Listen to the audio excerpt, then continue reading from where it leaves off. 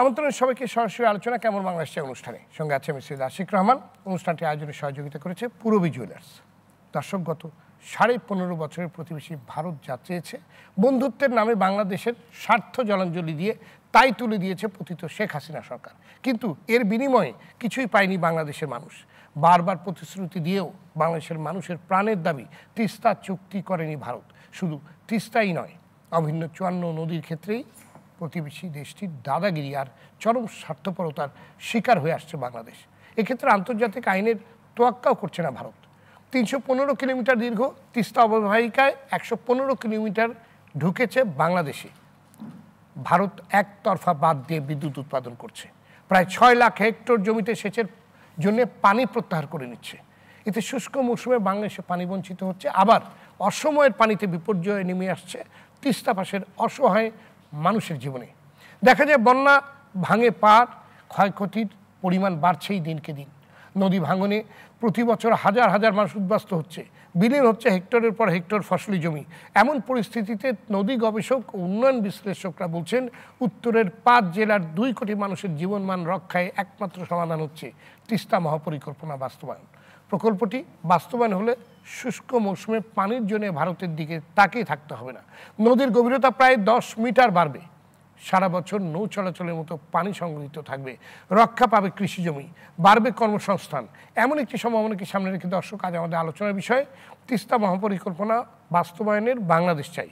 আর এই বিষয়ে আলোচনার জন্য আজ আমাদের সঙ্গে স্টুডিওতে আছেন বিএনপির চেয়ারপারসনের উপদেষ্টা বীর মুক্তিযোদ্ধা আব্দুস সালাম, বাসদের সহ সাধারণ সম্পাদক রাজিকুজ্জামান রতন, জাতীয় নাগরিক পার্টির কেন্দ্রীয় সদস্য সৈয়দা নীলিমা দোলা, জাতীয় নদী রক্ষা কমিশনের সাবেক chairman doctor Mujibur Rahman Howlader, foundation for disaster ফোরামের সদস্য সচিব গওহর নঈম ওয়ারা এবং সিনিয়র সাংবাদিক শাহিন চৌধুরী। দর্শক, আপনিও চাইলে আলোচনায় অংশ নিতে পারেন, আপনার মতামত ও চিন্তা তুলে ধরতে পারেন, করতে পারেন প্রশ্ন। এর জন্য ফোন করুন স্ক্রিনে দেখানো নম্বরে। যাচ্ছি মূল আলোচনায়। জনাব শাহিন চৌধুরী, আপনাকে দিয়ে আমাদের আজকে আলোচনা শুরু করছি। তিস্তা মহাপরিকল্পনা কতখানি জরুরি বলে আপনি মনে করেন? আপনার বিশ্লেষণ আমরা শুনতে চাই। ধন্যবাদ, আপনাকে ধন্যবাদ এবং সহ আলোচকদের ধন্যবাদ এবং দর্শকদেরকে ধন্যবাদ যারা এই মুহূর্তে আমাদের আলোচনা শুনছেন। আপনি শুরুতেই বলেছেন তিস্তা মহাপরিকল্পনা কতটুকু জরুরি। আমি এই প্রসঙ্গে একটু বলি যে এক কথায় যদি বলি এই মহাপরিকল্পনা খুবই জরুরি, প্রকল্পটি খুবই জরুরি। তিস্তার সঙ্গে জড়িত বাংলাদেশের প্রায় 2 কোটি মানুষের জীবন জীবিকা।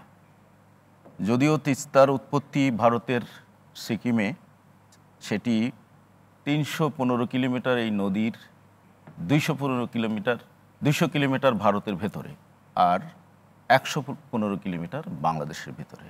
কিন্তু নদী অববাহিকায় বসতি বাংলাদেশের বেশি, অর্থাৎ এই 100 কিলোমিটারের মধ্যেই 115 কিলোমিটারের মধ্যেই 73% লোক এখানে বসবাস করে, আর বাকি তাহলে থাকলো 27% ভারতের অংশে বসবাস করে। কিন্তু ভারত কোনো রকম নিয়ম নীতির তোয়াক্কা না করে এই তাদের অংশে অন্তত 15টির মতো বাঁধ করেছে। এর মধ্যে 5টি বিদ্যুৎ কেন্দ্র নির্মাণ করেছে এবং আরও 5টি নির্মাণাধীন, আরও 15টি তাদের পরিকল্পনার মধ্যে রয়েছে। ফলে আমরা পানি পাচ্ছি না। এখন তিস্তা নিয়ে যে আলোচনা অতীতে হয়েছে, আপনি শুরুতে বলেছেন যে 15 বছরে চুক্তি হয়নি, কিন্তু তার আগেও তো চুক্তি হয়নি। তিস্তা চুক্তি হয়েছিল কোন সালে? 1983 সালে। আপনার মনে থাকতে পারে জেনারেল এরশাদের আমলে 2 বছর মেয়াদি মাত্র একটি চুক্তি হয়েছিল এবং এটি 85 সালে এই চুক্তিটি আবার 2 বছরের জন্য নবায়ন করা হয়। তার মানে সেটি ছিল 87 সাল পর্যন্ত। 87 সালে কিন্তু এই চুক্তির মেয়াদ শেষ হয়ে গেছে। ওই চুক্তিতে কি ছিল? 39% পানি ভারত নেবে আর 36% বাংলাদেশ নেবে। তখন ঠিক 36% পানি আমাদের দেওয়া হয়েছে কিনা আমরা জানি না, কারণ এই চুক্তির মেয়াদ শেষ হয়ে গেছে 1987 সালে। তার মানে কতদিন চলে গেছে? এখন 2025 সাল। এর মধ্যে কিন্তু এই চুক্তি আর নবায়ন হয়নি। গত 15 বছরে যেমন হয়নি, তার আগের 15 বছরেও হয়নি, 90 পরবর্তী এরশাদের পতনের পরে যে গণতান্ত্রিক সরকার আসলো সেই সময় হয়নি কেন? কারণ ভারত কিন্তু বাংলাদেশকে কি মনে করে আমি জানি না, বাংলাদেশের নতজানু পররাষ্ট্রনীতি এজন্য আমি মনে করি বাংলাদেশের নতজানু পররাষ্ট্রনীতির কারণেই আমরা এই চুক্তি করতে পারিনি। এখন প্রশ্ন হচ্ছে যে এর বিকল্প আমরা কি পেয়েছি? আপনি শুরুতে বলেছেন যে চায়না একটি প্রস্তাব দিয়েছে যে তিস্তা মহাপরিকল্পনার বাস্তবায়নের জন্য একটি প্রকল্প তারা আমাদেরকে দিয়েছে। এই প্রস্তাবটা দিয়েছে তারা 2022 সালে চীনের রাষ্ট্রদূত তিস্তা প্রকল্প এলাকা পরিদর্শনও করেছেন। সেখানে যেটা বলা হয়েছে যে আমাদের এই 115 কিলোমিটার এলাকার নদী খনন করা হবে, নদীর আয়তন কমিয়ে নেওয়া আসা হবে, কারণ এটা কিন্তু প্রচুর ফসলি জমি নষ্ট করে, ফ্লাডে প্রচুর ফসলি জমি এই নদীটি নষ্ট করে।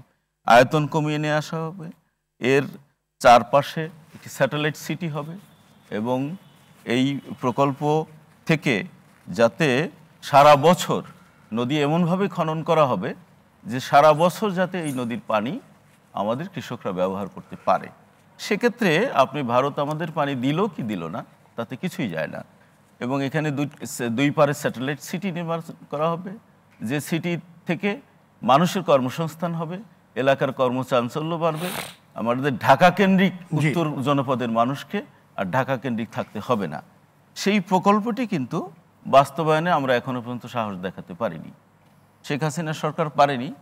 এবং আসার কথা হচ্ছে আমরা যখন আজকে এই আলোচনা করছি, এখানে আমাদের নেতা সালাম ভাই আছেন, বিএনপি নেতা, বিএনপির একটি প্রতিনিধি দল এই মুহূর্তে কিন্তু চায়না সফর করছে, আপনি জানেন বোধহয়। স্থায়ী কমিটির সদস্য ডক্টর মঈন খানের নেতৃত্বে একটি প্রতিনিধি দল চায়না সফরে আছেন। এবং আজকে আমি একটা নিউজ দেখলাম যে ডক্টর মঈন খান একটি বৈঠকে বলেছেন যে যদি আগামী নির্বাচনে জনগণ আমাদেরকে নির্বাচিত করে তাহলে আমরা তিস্তা প্রকল্প বাস্তবায়ন করব। এটি একটি আশার খবর একটি বড় রাজনৈতিক দলের কাছ থেকে। এ ধরনের একটি কথা শুনে আমি আশাবাদী হয়েছি।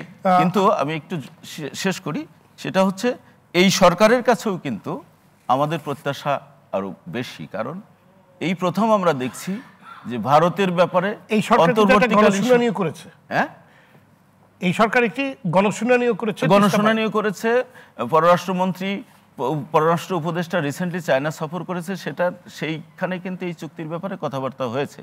এবং আমি যতদূর জানি যে ডিসেম্বরের মধ্যেই এই চুক্তি করার ব্যাপারে এই সরকার একমত হয়েছেন এবং করবেন। কিন্তু আমার প্রশ্ন হচ্ছে যে ডিসেম্বরের মধ্যে কেন, why not now, March April মেতে কেন না? আমরা সামনে একটা সামার রয়ে গেছে, তো এটা আমি মনে করি যে যত দ্রুত সম্ভব তত আমাদের জন্য মঙ্গল।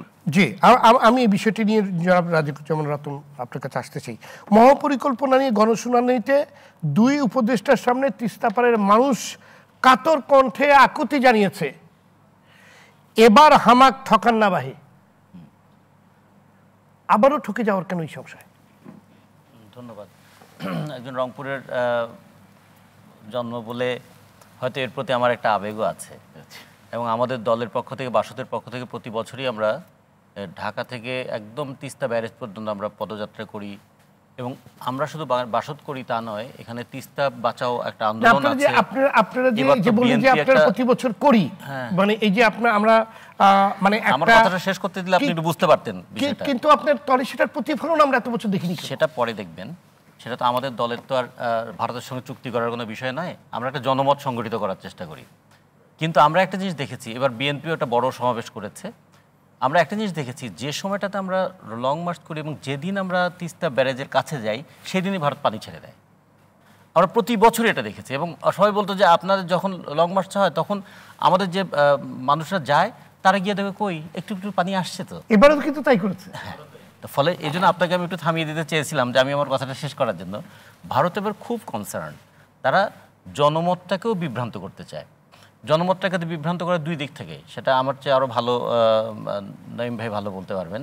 কিন্তু আমি যেটা বলতে চাই, যেটা যে আমার রাজনৈতিক অভিজ্ঞতা থেকে অথবা আমাদের বাস্তব সংগ্রামের জায়গা থেকে, যে তিস্তা, রংপুর এবং উত্তরবঙ্গ আর তিস্তা এটার সঙ্গে একটা প্রাণের সম্পর্ক আছে। কীরকম?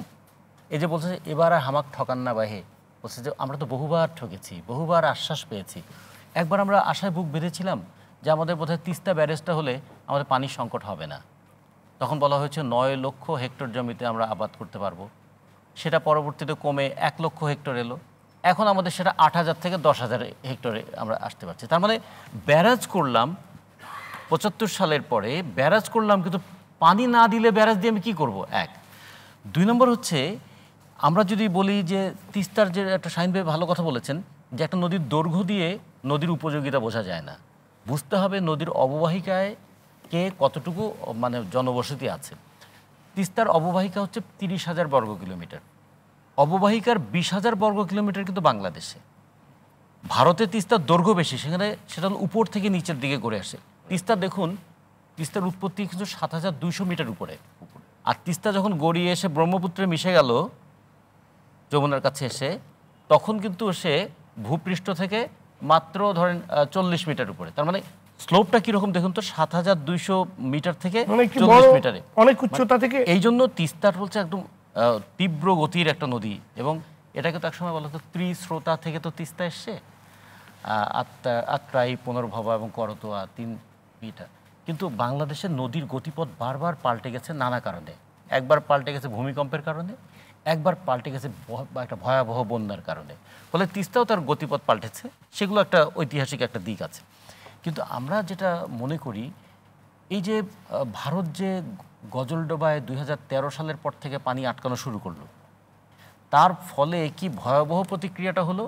এখন আমাদের শুষ্ক মৌসুমে কখনো 300, কখনো 400, কখনো 500 কিউসেক পানি পাই, যেটা আমরা যদি একটা গড় বলি, 15 বছরের গড়, 1973 সাল থেকে 1985 সাল পর্যন্ত এই 12 বছরের একটা গড়ে আমরা দেখেছি যে তিস্তাতে প্রায় 10,000 কিউসেক পানির একটা প্রবাহ থাকতো। সেই প্রবাহটা এখন এসে দাঁড়াচ্ছে 300, 400, 500।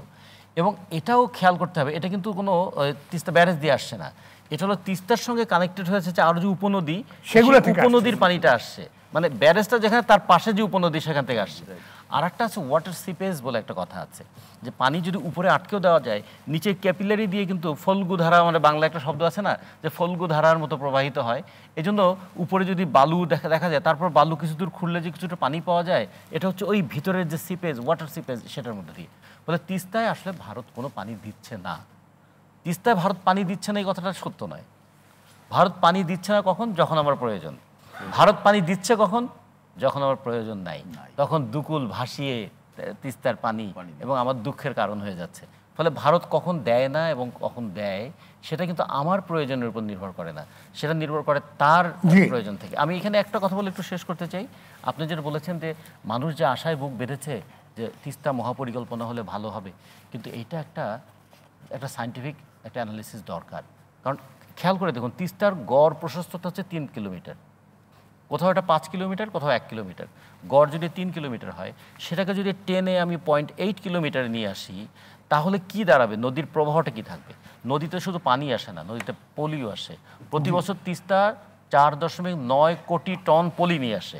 এখন ধরুন আমি ক্যাপিটাল, আমরা সেটা করবো কিনা সেটারও একটা বিষয়। মানে নদীকে শাসন করাটা খুব আনসাইন্টিফিক। নদীকে ম্যানেজমেন্ট করতে হয়। আমরা কিন্তু নদী শাসনের দিকে যাচ্ছি। নদীকে শাসন করতে গেলে নদী তার রিটালিয়েশন, প্রতিশোধটা নেবে।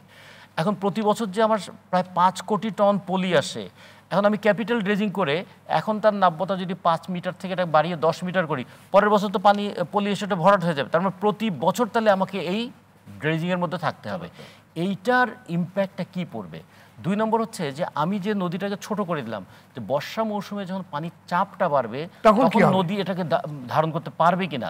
এই জন্য আমরা বলেছি যে কোনো একটা প্রকল্প যেটা শুনতে ভালো হলেই মানুষ বারবার আশায় বুক বাঁধে, কিন্তু এটা কতটুকু বাস্তবায়নযোগ্য এবং ভবিষ্যৎ ফলাফলটা কি হবে। যেমন আজকে একদিন মেঘনাথ সাহারা যেমন বলেছিলেন ফারাক্কা ব্যারেজ ভারতের জন্য দুঃখ হবে, আজকে বিহারের নীতিশরা বলছে এই ব্যারেজ ভেঙে দিতে হবে, কারণ আমাদেরকে মানে কষ্ট দিতে গিয়ে তারা নিজেরাও একটা কষ্টের মধ্যে পড়েছে। ফলে নদীর যে স্বাভাবিক গতি প্রবাহ, আমাদের এই জায়গাটা জোর দেওয়া উচিত যে নদীর একটা স্বাভাবিক গতি প্রবাহ আছে। নদী কোনো রাজনৈতিক সীমানা মানে না, নদী মানে প্রাকৃতিক সীমানা। আমরা রাজনৈতিক সীমানার নামে নদীর স্বাভাবিক গতি প্রবাহ, আমরা ওই প্রসঙ্গে আসবো যে ভারত যে আপনার কোনো মানে এত দাদাগিরি করছে, তারা যে আপনার এই যে একটার পর একটা বাদ দিয়ে দিচ্ছে, তারা যে নদীর যে স্বাভাবিক গতিপথকে বন্ধ করছে, তারা আমাদের সাথে কোনো মানে এই ব্যাপারে কোনো কথাও বলছে না, তাদের ইচ্ছা মতো তারা করে ফেলছে।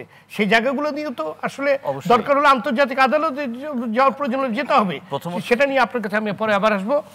জনাব ডক্টর মুজিবুর রহমান হাওলাদার, তিস্তা মহাপরিকল্পনা বাস্তবায়ন হলে কি ধরনের সুবিধা পাবে তিস্তা পাড়ের মানুষ, কি ধরনের শঙ্কা রয়েছে আপনার কাছে শুনতে চাই। আপনাদের ধন্যবাদ। আলোচনায় আমি একেবারে স্পষ্টভাবে ওই জায়গাটায় বলতে চাই যে আমরা তো দেখেছি যে তিস্তার চুক্তি নিয়ে একটা চরম ব্যর্থতা। স্বাধীনতার পরের সময়টাও যদি আমরা দেখি তাহলে বিভিন্ন সরকার এসছে, কম বেশি সবার উপরে এই দায়টা বর্তায়। মানুষের যে অভিযোগ যে আমরা এখন পর্যন্ত দেখিনি যে মানে আমাদের দেশের মানুষের স্বার্থকে সংরক্ষণের জন্য যে ভূমিকাটা নেওয়া উচিত ছিল সেটি ব্যর্থতায় পর্যবেসিত হয়েছে বারবার। এর মানে যে আমাদের সরকারগুলো চায়নি তা নয়, কিন্তু তারা পারেনি। সেই সক্ষমতার জায়গাটা আমরা যেটা দেখেছি একটা বিশাল শূন্যতা, এবং সেই জায়গাটায় আমাদের একটা বিশাল ওই নদীর মতোই শুকালে যেভাবে হাহাকার, মানুষের মনেও ওরকম একটা হাহাকার বিরাজমান আজও। এই প্রেক্ষিতে আমি যেটা বলতে চাচ্ছি যে এখন যে সুবিধার একটা কথা সুর আমরা শুনছি যে আমাদের তিস্তার প্রকল্প মহাপরিকল্পনা এটা হতে যাচ্ছে, এই জায়গাটাই আমাদের যেমন সুবিধার কথাটা, সাফল্যের কথাটা, এইটা যাতে আমরা নিশ্চিত করতে পারি সেই জায়গাটায় আমাদের কি কি করণীয়। কারণ আমাদের সায়েন্টিস্ট আছে, আমাদের বড় বড় ইঞ্জিনিয়ার আছে, বড় বড় প্ল্যানার্স আছে। এতে কিন্তু আমি বলবো না মেধার দিক থেকে বাংলাদেশ দিয়ে খুব পিছিয়ে আছে, তা আমি বলবো না, কিন্তু নানাভাবে আমরা যেখানে রাজনৈতিক ব্যর্থতার বিষয়গুলো যেখানে আছে তার একটা প্রভাবও কিন্তু আমাদের এই ধরনের যারা আছে তাদের উপরে আছে। ফলে তারা অনেক সময় দুই একজন যদি চায়ও সত্য জিনিসটাকে সামনে নিয়ে আসার জন্য, সেইটি কিন্তু নেগোসিয়েশনের টেবিলে মানে ডিপ্লোমেসি করার জন্য এবং রিভার ডিপ্লোমেসির ক্ষেত্রে আমরা দেখেছি সেটা প্রাধান্য পায়নি। ফলে এই বাস্তবতা রেখে আমরা আজকে যে একটা সক্ষমতার জায়গায় এসছি, আমি যেটাই বলবো না কেন যে এখন আমরা সেই দিন হয়ে গেল বড় একটা, এটাকে আমি স্যালুট জানাই যে মানুষ আবার একত্রিত হয়েছে। আমি যখন জাতীয় নদী রক্ষা কমিশনের চেয়ারম্যান ছিলাম আমি দেখেছি বারবার ওখানে আমরা গিয়েছি, ওখানে সমবেত হয়েছে। কিন্তু গত কিছুদিন আগে যে বিশাল মানে একটা হলো, মানুষ যেখানে গিয়েছে দাবির ব্যাপারটা সেটি তারা স্পষ্ট করতে পেরেছে, এবং রাজনৈতিক দলমত নির্বিশেষে আমি দেখব বৃহৎ রাজনৈতিক দলের সেখানে তারা গিয়ে তাদের পাশে দাঁড়িয়েছে। এটা কিন্তু একটা বিশাল ব্যাপার, এবং আমি মনে করব এইটা আমাদের রাষ্ট্রীয় কাঠামোর মধ্যে যখন আসবে তখন কিন্তু গণতান্ত্রিক পদ্ধতিতে এই নেগোসিয়েশনের জায়গাটা আরও শক্তিশালী হবে বলে আমি আশাবাদী। সেই আশায় রেখে আমি বলতে চাই যে প্রকল্পটা মহাপরিকল্পনাটা করেছে, that hasn't been made public. Public করছেন না কেন? পাবলিকের নদী, অসুবিধাটা কি? রতন ভাই যে কথাটা বললেন, এবং এইখানটায় যে সম্ভাবনাটা আমাদের সাংবাদিক সাহেবও বললেন, শাহিম সাহেব, তাহলে এখন পর্যন্ত যেটা মানুষের সুবিধা প্রতিটা মানুষের, এবং আপনি জানেন কনস্টিটিউশনের 21 ক্লোজ এবং কনস্টিটিউশনের 18 ক, এটা ভালো জানা আছে। 21 ক্লোজে প্রত্যেকটা নাগরিককে বলে দেওয়া আছে আমাদের পাবলিক প্রপার্টি, এবং নদী পাবলিক প্রপার্টি, বাতাস আলো সব পাবলিক প্রপার্টি।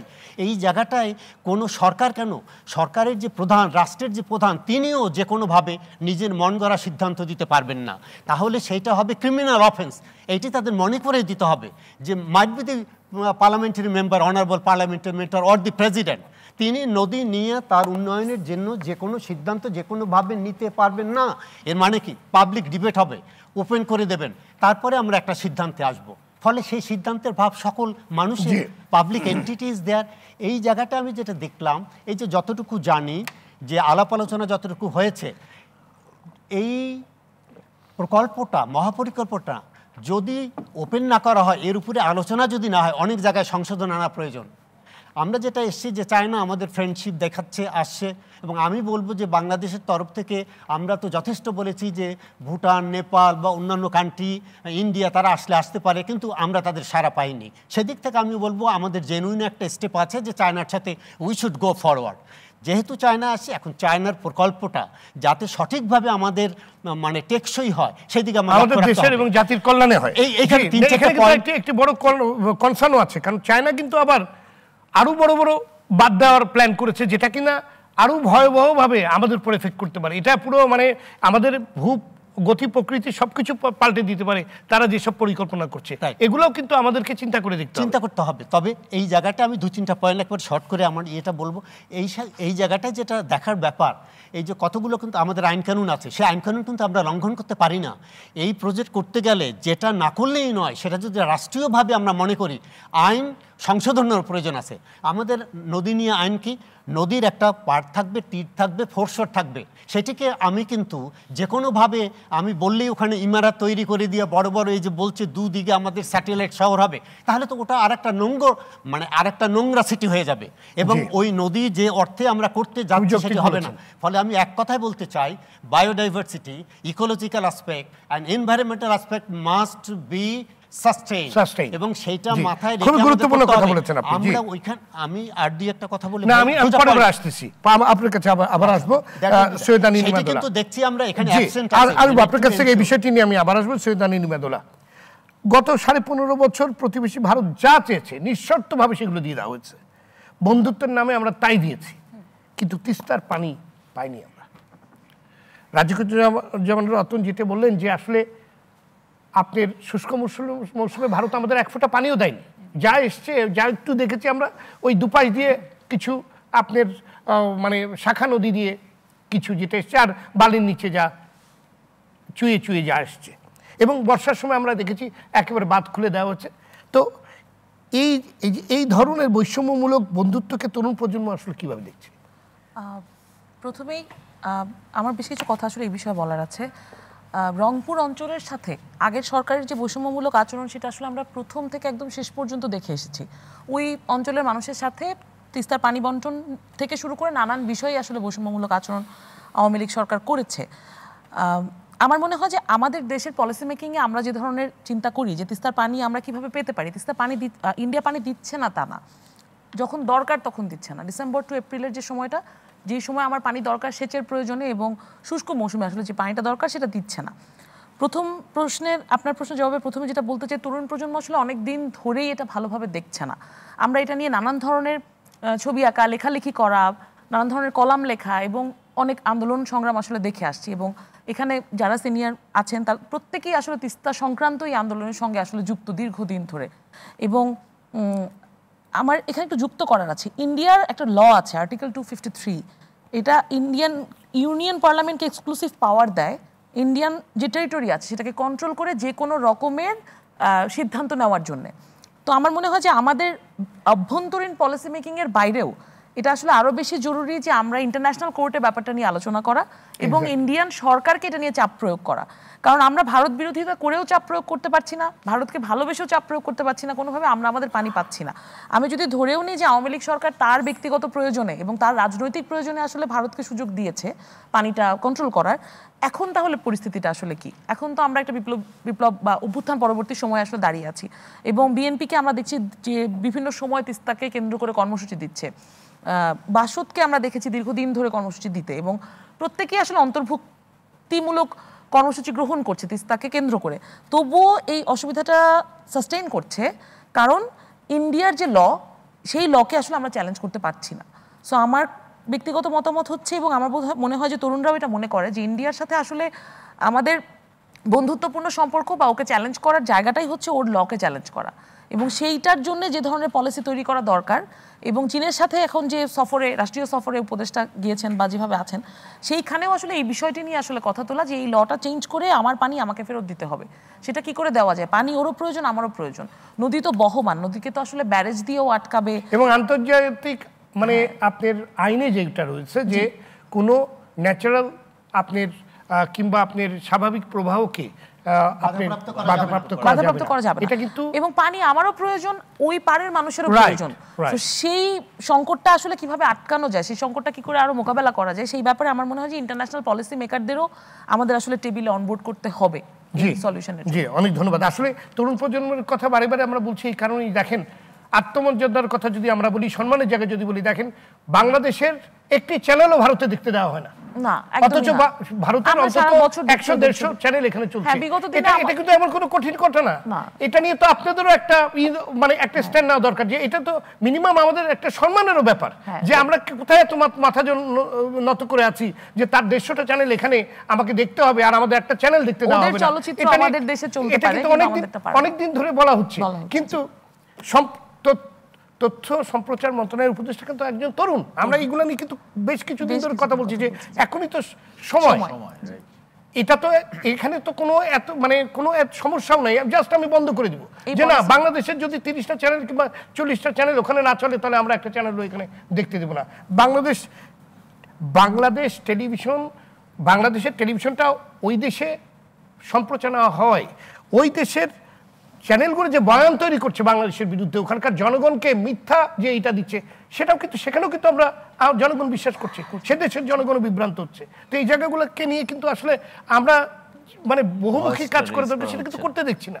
এখানে তো আর কোনো চুক্তি নাই, কোনো কিছু নাই। আমি শুধু আমার চ্যানেলটা বন্ধ করে দিব যে না, ভারতে কোনো চ্যানেল চলবে না যতদিন বাংলাদেশের 40টা চ্যানেল উদ্দেশ্যে না চলবে। জি, ধন্যবাদ। আমি চলে যাচ্ছি জনাব আব্দুল সালাম আপনার কাছে। জনাব আব্দুল সালাম, জাগো ভাই তিস্তা বাঁচাই স্লোগানে বিএনপির কর্মসূচি বেশ সমাদৃত হয়েছে, তো অভিন্ন নদীগুলোতে পানির ন্যায্য হিস্সা নিশ্চিতে বিএনপির পরিকল্পনা আসলে কি, নাকি স্লোগানের জন্য? আপনাকে ধন্যবাদ, এবং এখানে বিজ্ঞ আলোচক যারা আছেন তাদের সবাইকে ধন্যবাদ জানাতে চাই, বিশেষ করে বিশেষজ্ঞ যারা আছেন। এটা তো বিএনপি শুধু এবার না, বিএনপি কিন্তু প্রতি বছরই এই কর্মসূচিটা আমরা করি, এবং এটাকে জাস্ট জনমত গড়ে তোলা এবং সরকারের উপরে প্রেশার বিল্ড আপ করা। কিন্তু সরকারটা যদি হয়ে যায় ভারতীয় সরকার, তাহলে তো সে এই প্রেশারটা তার মধ্যে পড়বে না, তাই না? তো বিষয়টা ছিল এটাই, যে গত 17টা বছর কোনো জাতীয় নির্বাচিত সরকার তো ছিল না। তো সেই কারণে তারা যা দেশের যে বিষয়গুলো দেখা দরকার সেই বিষয়গুলো দেখে নাই, এবং যে কারণে আমরা বারবার বলছি যে দেখেন, এই কিছু কিছু বিষয়ে জাতীয় ঐক্যমত্য দরকার, এবং তারা সেদিকে যায় নাই। এমনকি করোনাকালীন সময়েও আমরা বলছি, আমাদের নেতা তারেক রহমান স্পষ্ট বলছে, যেটা সারা পৃথিবীতে ইকোনমিক্যাল একটা এফেক্ট হবে, বাংলাদেশও এফেক্ট হবে। এই ব্যাপারে একটা জাতীয় ঐক্যমত্য দরকার, আলোচনা করা দরকার, এই পরবর্তী পর্যায়টা আমরা কীভাবে ফেস করব। আজকে তিস্তা নিয়ে বলতেছেন, আমরা টিপাই মুখ বাঁধ নিয়ে যখন এরকম অবস্থা হলো, তার কয়েকদিন আগে বেগম খালেদা জিয়াকে তার ক্যান্টনমেন্টের বাড়ি থেকে বের করে দেওয়া হলো অন্যায়ভাবে। কিন্তু তারপরও সে সময় দেখেন, তারপরও আপনাদের মনে থাকার কথা মিডিয়াতে, সেই সময় কিন্তু তারপরও বেগম খালেদা জিয়া সেই অবস্থায় বলছেন যে আজকে টিপাই মুখ বাঁধ এটা আমার একটা জাতীয় সমস্যা। আমি এই সরকারকে মানি বা না মানি সেটা প্রশ্ন না, এই সরকার যদি এই ব্যাপারে কোনো উদ্যোগ নেয় আমি তার সাথে আছি। অর্থাৎ কিছু বিষয় যে হোল নেশনকে ঐক্যবদ্ধ করতে হবে, সেটা তো করতে দেয় নাই। যেমনি মুক্তিযুদ্ধের পরে আওয়ামী লীগ আর শেখ মুজিব করে দল টোটাল দেশটাকে বিভক্তি করে দিছে, এবং সে কারণে ভারতের পক্ষে সব চলে গেছে। পরবর্তী পর্যায়ে আইসা স্বাভাবিকভাবে বিএনপি আইসা অন্তত জাতীয় ঐক্যটা আবার ফিরে আসছে। আজকে যেটা বলেন এই তিস্তার, দেখেন তিস্তা ব্যারেজটা তো বিএনপি করছে, সেটাও তো যখন একটা চরম একটা অবস্থা ছিল, তিস্তা ব্যারেজ করে অনেকটা তো সেখানে ব্যালেন্স করছে। আজকে বরেন্দ্র অঞ্চলের জন্য যে ডেভেলপমেন্ট, সেটাও তো বিএনপি করছে। অর্থাৎ বিএনপি কিন্তু এই চিন্তাগুলো করছে সবসময়, এখনও চিন্তায় আছে। তবে বিএনপি মনে করে যে এই সমস্ত বিষয়গুলো শুধু দল না, সবাই এক হতে হবে, এবং শুধু সবাই না, আপনি দেখেন আরও দেখেন যে শুধু আজকে নদীর পানি না, আজকে এই সমস্ত সমস্যাগুলো নিয়ে বিএনপি নেতা জিয়াউর রহমান কিন্তু সার্ক প্রতিষ্ঠা করছিল। অর্থাৎ ভারত এখানে মোড়লগিরি করবে এককভাবে। এবার তো তিস্তার ব্যাপারে সবার ঐক্যমত্য আমরা দেখছি না, এইটাই না, কিন্তু কথা হলো যে এটা কি মানে মানে এখন কি কোনো চাপ তৈরি করতে পারছেন? না, বডি ল্যাঙ্গুয়েজটা আপনি কি দেখছেন? না, চাপ তৈরি অবশ্যই হবে, আমরা তো বিশ্বাস করি। তবে এই সরকার যেটা আমরা বলি, এটা তো একটা ইন্টেরিয়াম গভর্নমেন্ট, এর পক্ষে সব কিছু এই মুহূর্তে করা সম্ভব না। এই জন্য আমরা যেটা বলছি যে একটা চার্টার রেডি করা দরকার, যে সংস্কারগুলোর কথা বলছে তারা, আমরা বারবার বলছি যে সংস্কার আমরা চাই, কিছু কিছু সংস্কার এই সরকার করে যাবে, বাকি একটা ন্যাশনাল চার্টার তৈরি করে যাওয়া দরকার, এই সরকারকেই করা দরকার, এবং সকল রাজনৈতিক দল শক্তি সেখানে একটা ঐক্যবদ্ধ একটা সৃষ্টি করা দরকার, যে আমরা যেই ক্ষমতায় যাই না কেন আমরা এই জিনিসগুলো আমরা করতে বাধ্য। তখন দেখবেন যে এইটাও কিন্তু একটা প্রেশার হবে। আজকে দেখেন এটা তো প্রেশার লাগবেই। যেমন দেখেন ফারাক্কা, সেই সময় ফারাক্কা যখন হইল মুক্তিযুদ্ধের সময় তো ভারত তড়িগড়ি করে ফেললো। পরবর্তী পর্যায়ে তো আইসা আওয়ামী লীগ সেটা কিছুই করতে পারলো না, কিন্তু বিএনপি আইসা কিন্তু সেটার বিরুদ্ধে প্রতিবাদ করলো। এবং প্রতিবাদের প্রাথমিক স্তরে দেখেন মাওলানা ভাসানী যখন ফারাক্কা মিছিল করলো, সেটা কিন্তু ইনডাইরেক্টলি সরকারের পক্ষ থেকে জিয়া রহমান সাহেব সব সমর্থন দিয়ে গেল। অর্থাৎ যেহেতু এটা জাতীয় ব্যাপার, তাই না, তো সেই জায়গায় এই বিষয়গুলোতে আমাদের তো ঐক্যবদ্ধ থাকতে হবে। তো এই ঐক্যটাই তো আজকে সে সময় এরা নষ্ট করে ফেলছে। এই ঐক্যটাকে ফিরে আনতে হবে আমাদের। এই বিষয়গুলোতে যদি আমরা সেটা পারি, যে দেখেন এটা খালি অন্যভাবে দেখার দরকার না। বিএনপি এই যে এর আগেও আওয়ামী লীগ যখন ছিল বিভিন্ন ইস্যু ভিত্তিক, আজকে মনে করে যে সেই কয়লার দিয়ে তার সুন্দরবনের ওই যে প্রজেক্ট করলো, তাই না, এটাকে সবাই প্রোটেস্ট করছে। কিন্তু যখন এই বিএনপি এই আন্দোলনটার সাথে সম্পৃক্ত হয়েছে, এটার মধ্যে কিন্তু ওই রয়ের এজেন্টরাই বলছে ও কেন ঢুকবে, অর্থাৎ এটাকে ভয় করা। তো এই যে এগুলো করে বারবার যাতে জাতীয়টা ঐক্য না হতে পারে, এখনও চেষ্টা করা হইতেছে যে আন্দোলনকারী শক্তিকে বিভক্তি করে আবার সেই পরাজিত শক্তি ফিরে আসে কিনা সেই পথটা করা হইতেছে। আমি বলবো তিস্তার, শোনেন আমি বেশ কয়েকবার গেছি ওইখানে, আমি ওইখানকার মানুষ না কিন্তু গেছি। আপনি তো বললেন যে খালি পানি আসে এই ক্ষতিটা, আপনি যদি দেখতেন যে হঠাৎ করে যখন পানি ছেড়ে দেয় তখন যে নিদারুণ যে দৃশ্যটা, মায়ের বুক থেকে কিভাবে সন্তান পানির তোরে কিভাবে ভেসে যাচ্ছে, মানে মানুষ সরে যাওয়ারও মানে সরের মতো অবস্থা থাকে না। মানে এটা কিন্তু চরম অপমান একটা দেশকে, মানে চরম কি ভাবে অবস্থা, মানে এটাকে আপনি বোঝানো যাবে, এটা একটা মানবেতর অবস্থা।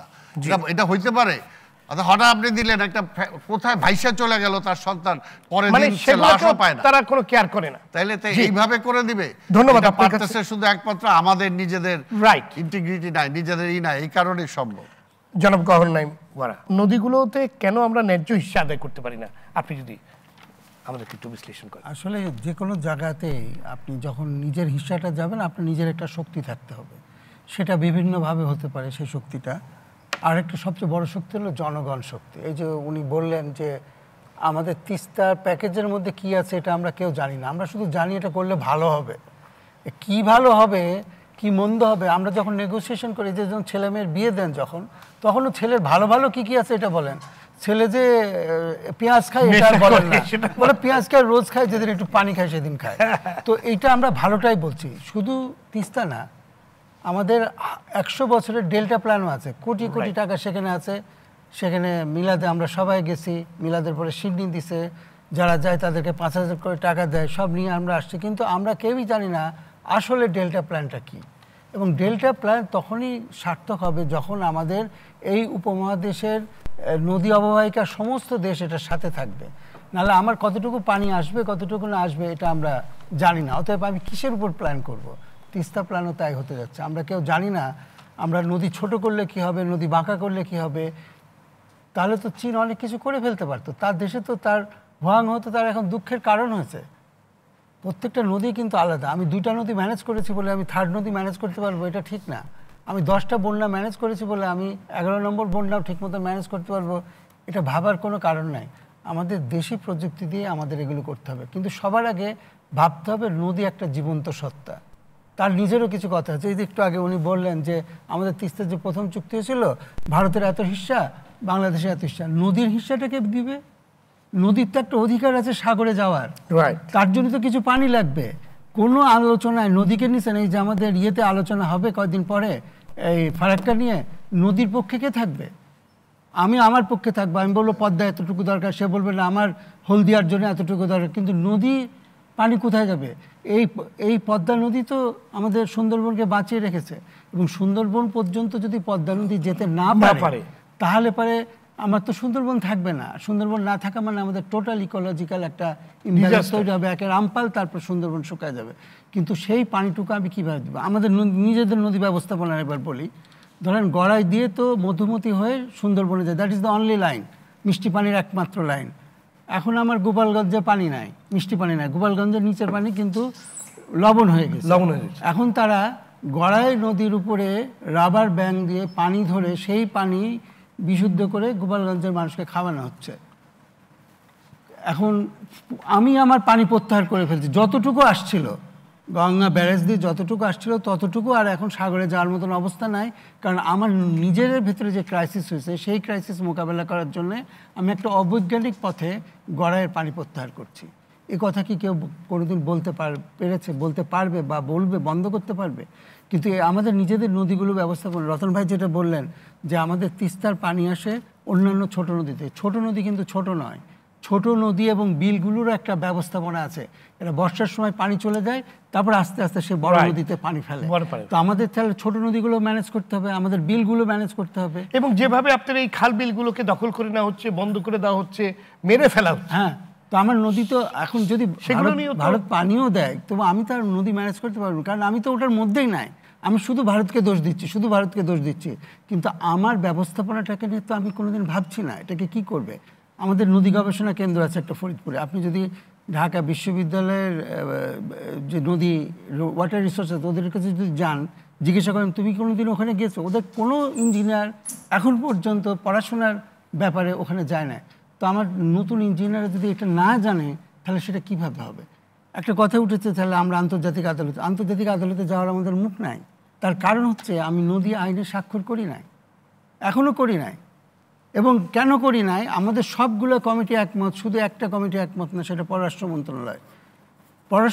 কেন একমত না? কারণ ইন্ডিয়া চায় না। এটা এখনো এটা কাজ হচ্ছে। এই যে গত 3 মাসে অনেকগুলো মিটিং হয়েছে, তারা কিন্তু কোনো কথা বলে না। এবং আমি যদি আন্তর্জাতিক আইনে স্বাক্ষর না করি তাহলে তো আমি তার কাছে যাওয়ার, তার সাথে কথা বলার তো আমার কোনো জায়গা নাই। সেটা তো আমাদের নিশ্চিত করতে হবে। আরেকটা ধরনের যে ইয়েতে যে আলোচনা হবে, আমরা এখনও জানি না ফারাক্কা আলোচনা কি হবে, যৌথ নদী কমিশন কি আলোচনা করবে। আমাদের প্রথম যখন চুক্তি হয়েছিল বিএনপি সময়, জিয়াউর রহমানের সময়, তখন সবচেয়ে বড় একটা ছিল কোয়ালিটি ক্লজ। নদীর পানি আপনি ব্যারেজে তো জানেন, ব্যারেজে পানিটা ধরা হয়, তারপর তারা উপরের পলিমুক্ত পানিটা তারা তাদের চ্যানেল হুগলি নদীতে ছেড়ে দেয়, বাকি আমি পলিযুক্ত পানিটা আমি পাই। কিন্তু ওয়াটার কোয়ালিটি ক্লজ এটা বলা ছিল যে আমাকে পানিটা পরিষ্কার পানি দিতে হবে। পরবর্তী যে চুক্তি হচ্ছে সেই চুক্তিতে কিন্তু এখন আমাদের কোয়ালিটি ক্লজটা নাই। আমাদের প্রধান কথা হচ্ছে এই কোয়ালিটি ক্লজটাকে অ্যাড করার জন্য আমাদের ব্যবস্থাপনার সাথে সেইভাবে কথা বলতে হবে। এবং যখনই আমার কোনো কমিশন যায়, যৌথ নদী কমিশন যায়, তারা কি কথা বলছে এবং কি কথা বলে কি রেজাল্ট আসলো এটা কিন্তু আর জনগণ জানে না, এমনকি স্পেশালিস্টরাও জানে না। যারা ওই কমিটিতে থাকে তারাই শুধু জানে এবং কি কথা বলে আসছে, কি তারা নিয়ে আসলো এবং কি তারা পারলো না করতে, পরবর্তী আলোচনায় কি যাবে, এজেন্ডাটা কি হবে, এটা মানুষকে এমনি তাদের মানুষের সাথে যাবে। আমি বলছি জনগণ আমার শক্তি। জনগণ কেন শক্তি হবে?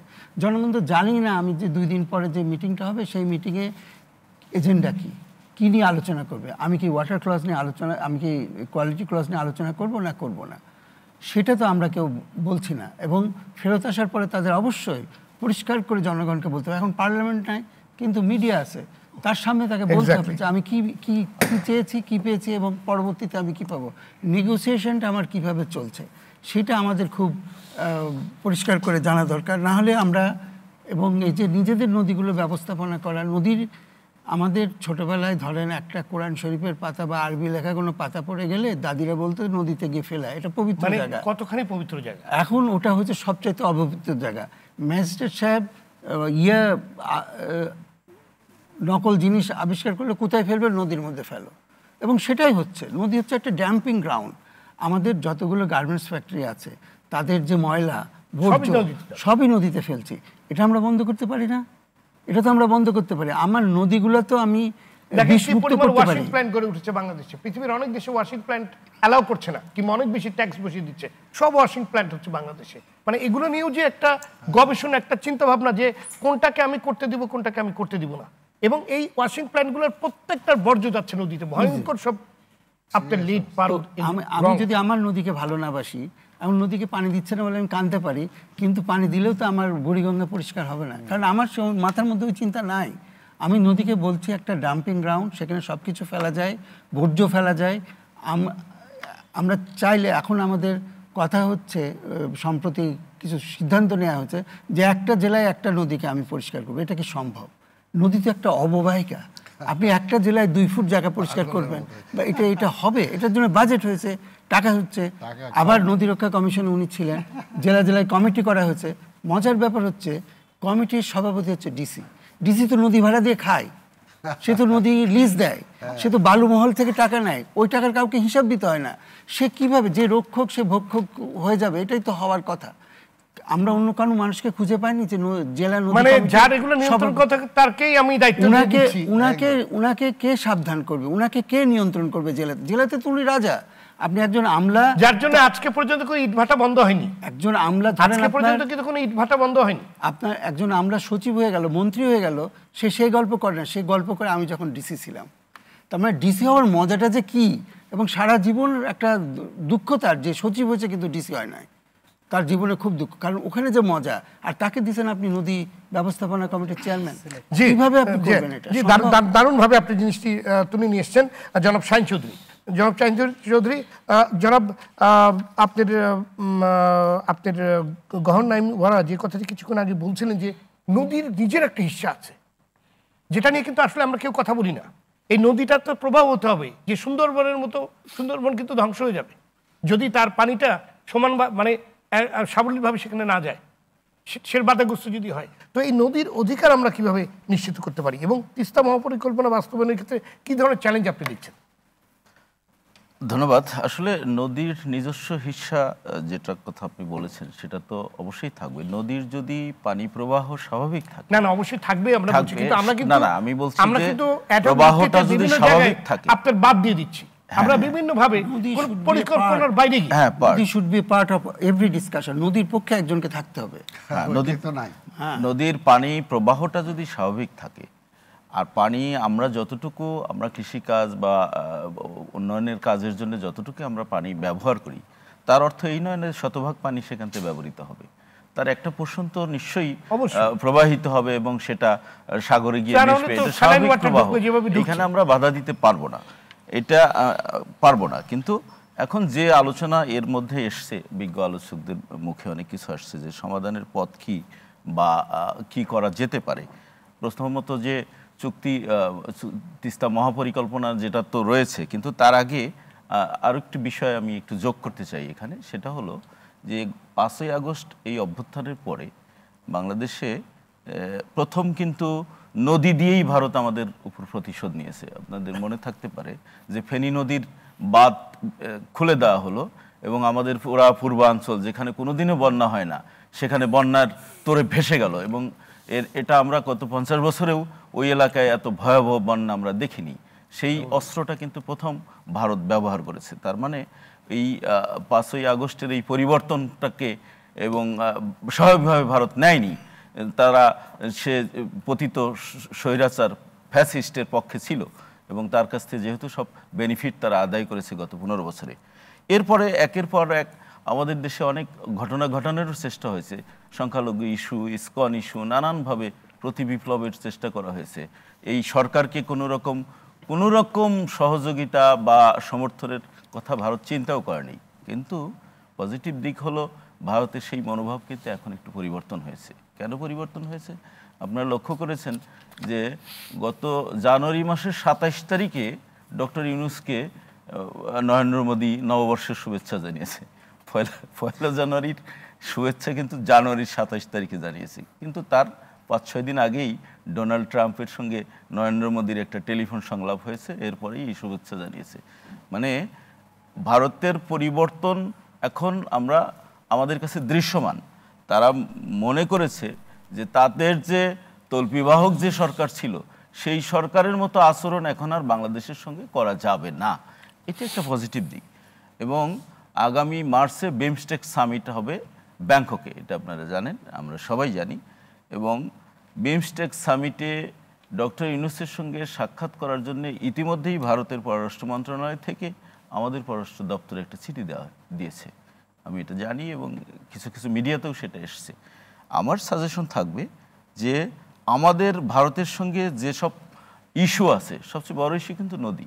যে ফারাক্কা নিয়ে তিনি বলেছেন যে একটা আমাদের কমিটি গেছে, 6 তারিখে একটা মিটিং আছে, সেই ফারাক্কারও কি আমরা ন্যায্য হিস্সা পাচ্ছি? ফারাক্কার যে চুক্তি আছে এটা তো এখনো বহাল আছে, এটা তো শেষ হয়ে যায়নি, কিন্তু সেই চুক্তির ন্যায্য হিস্সা কি আমরা পাচ্ছি?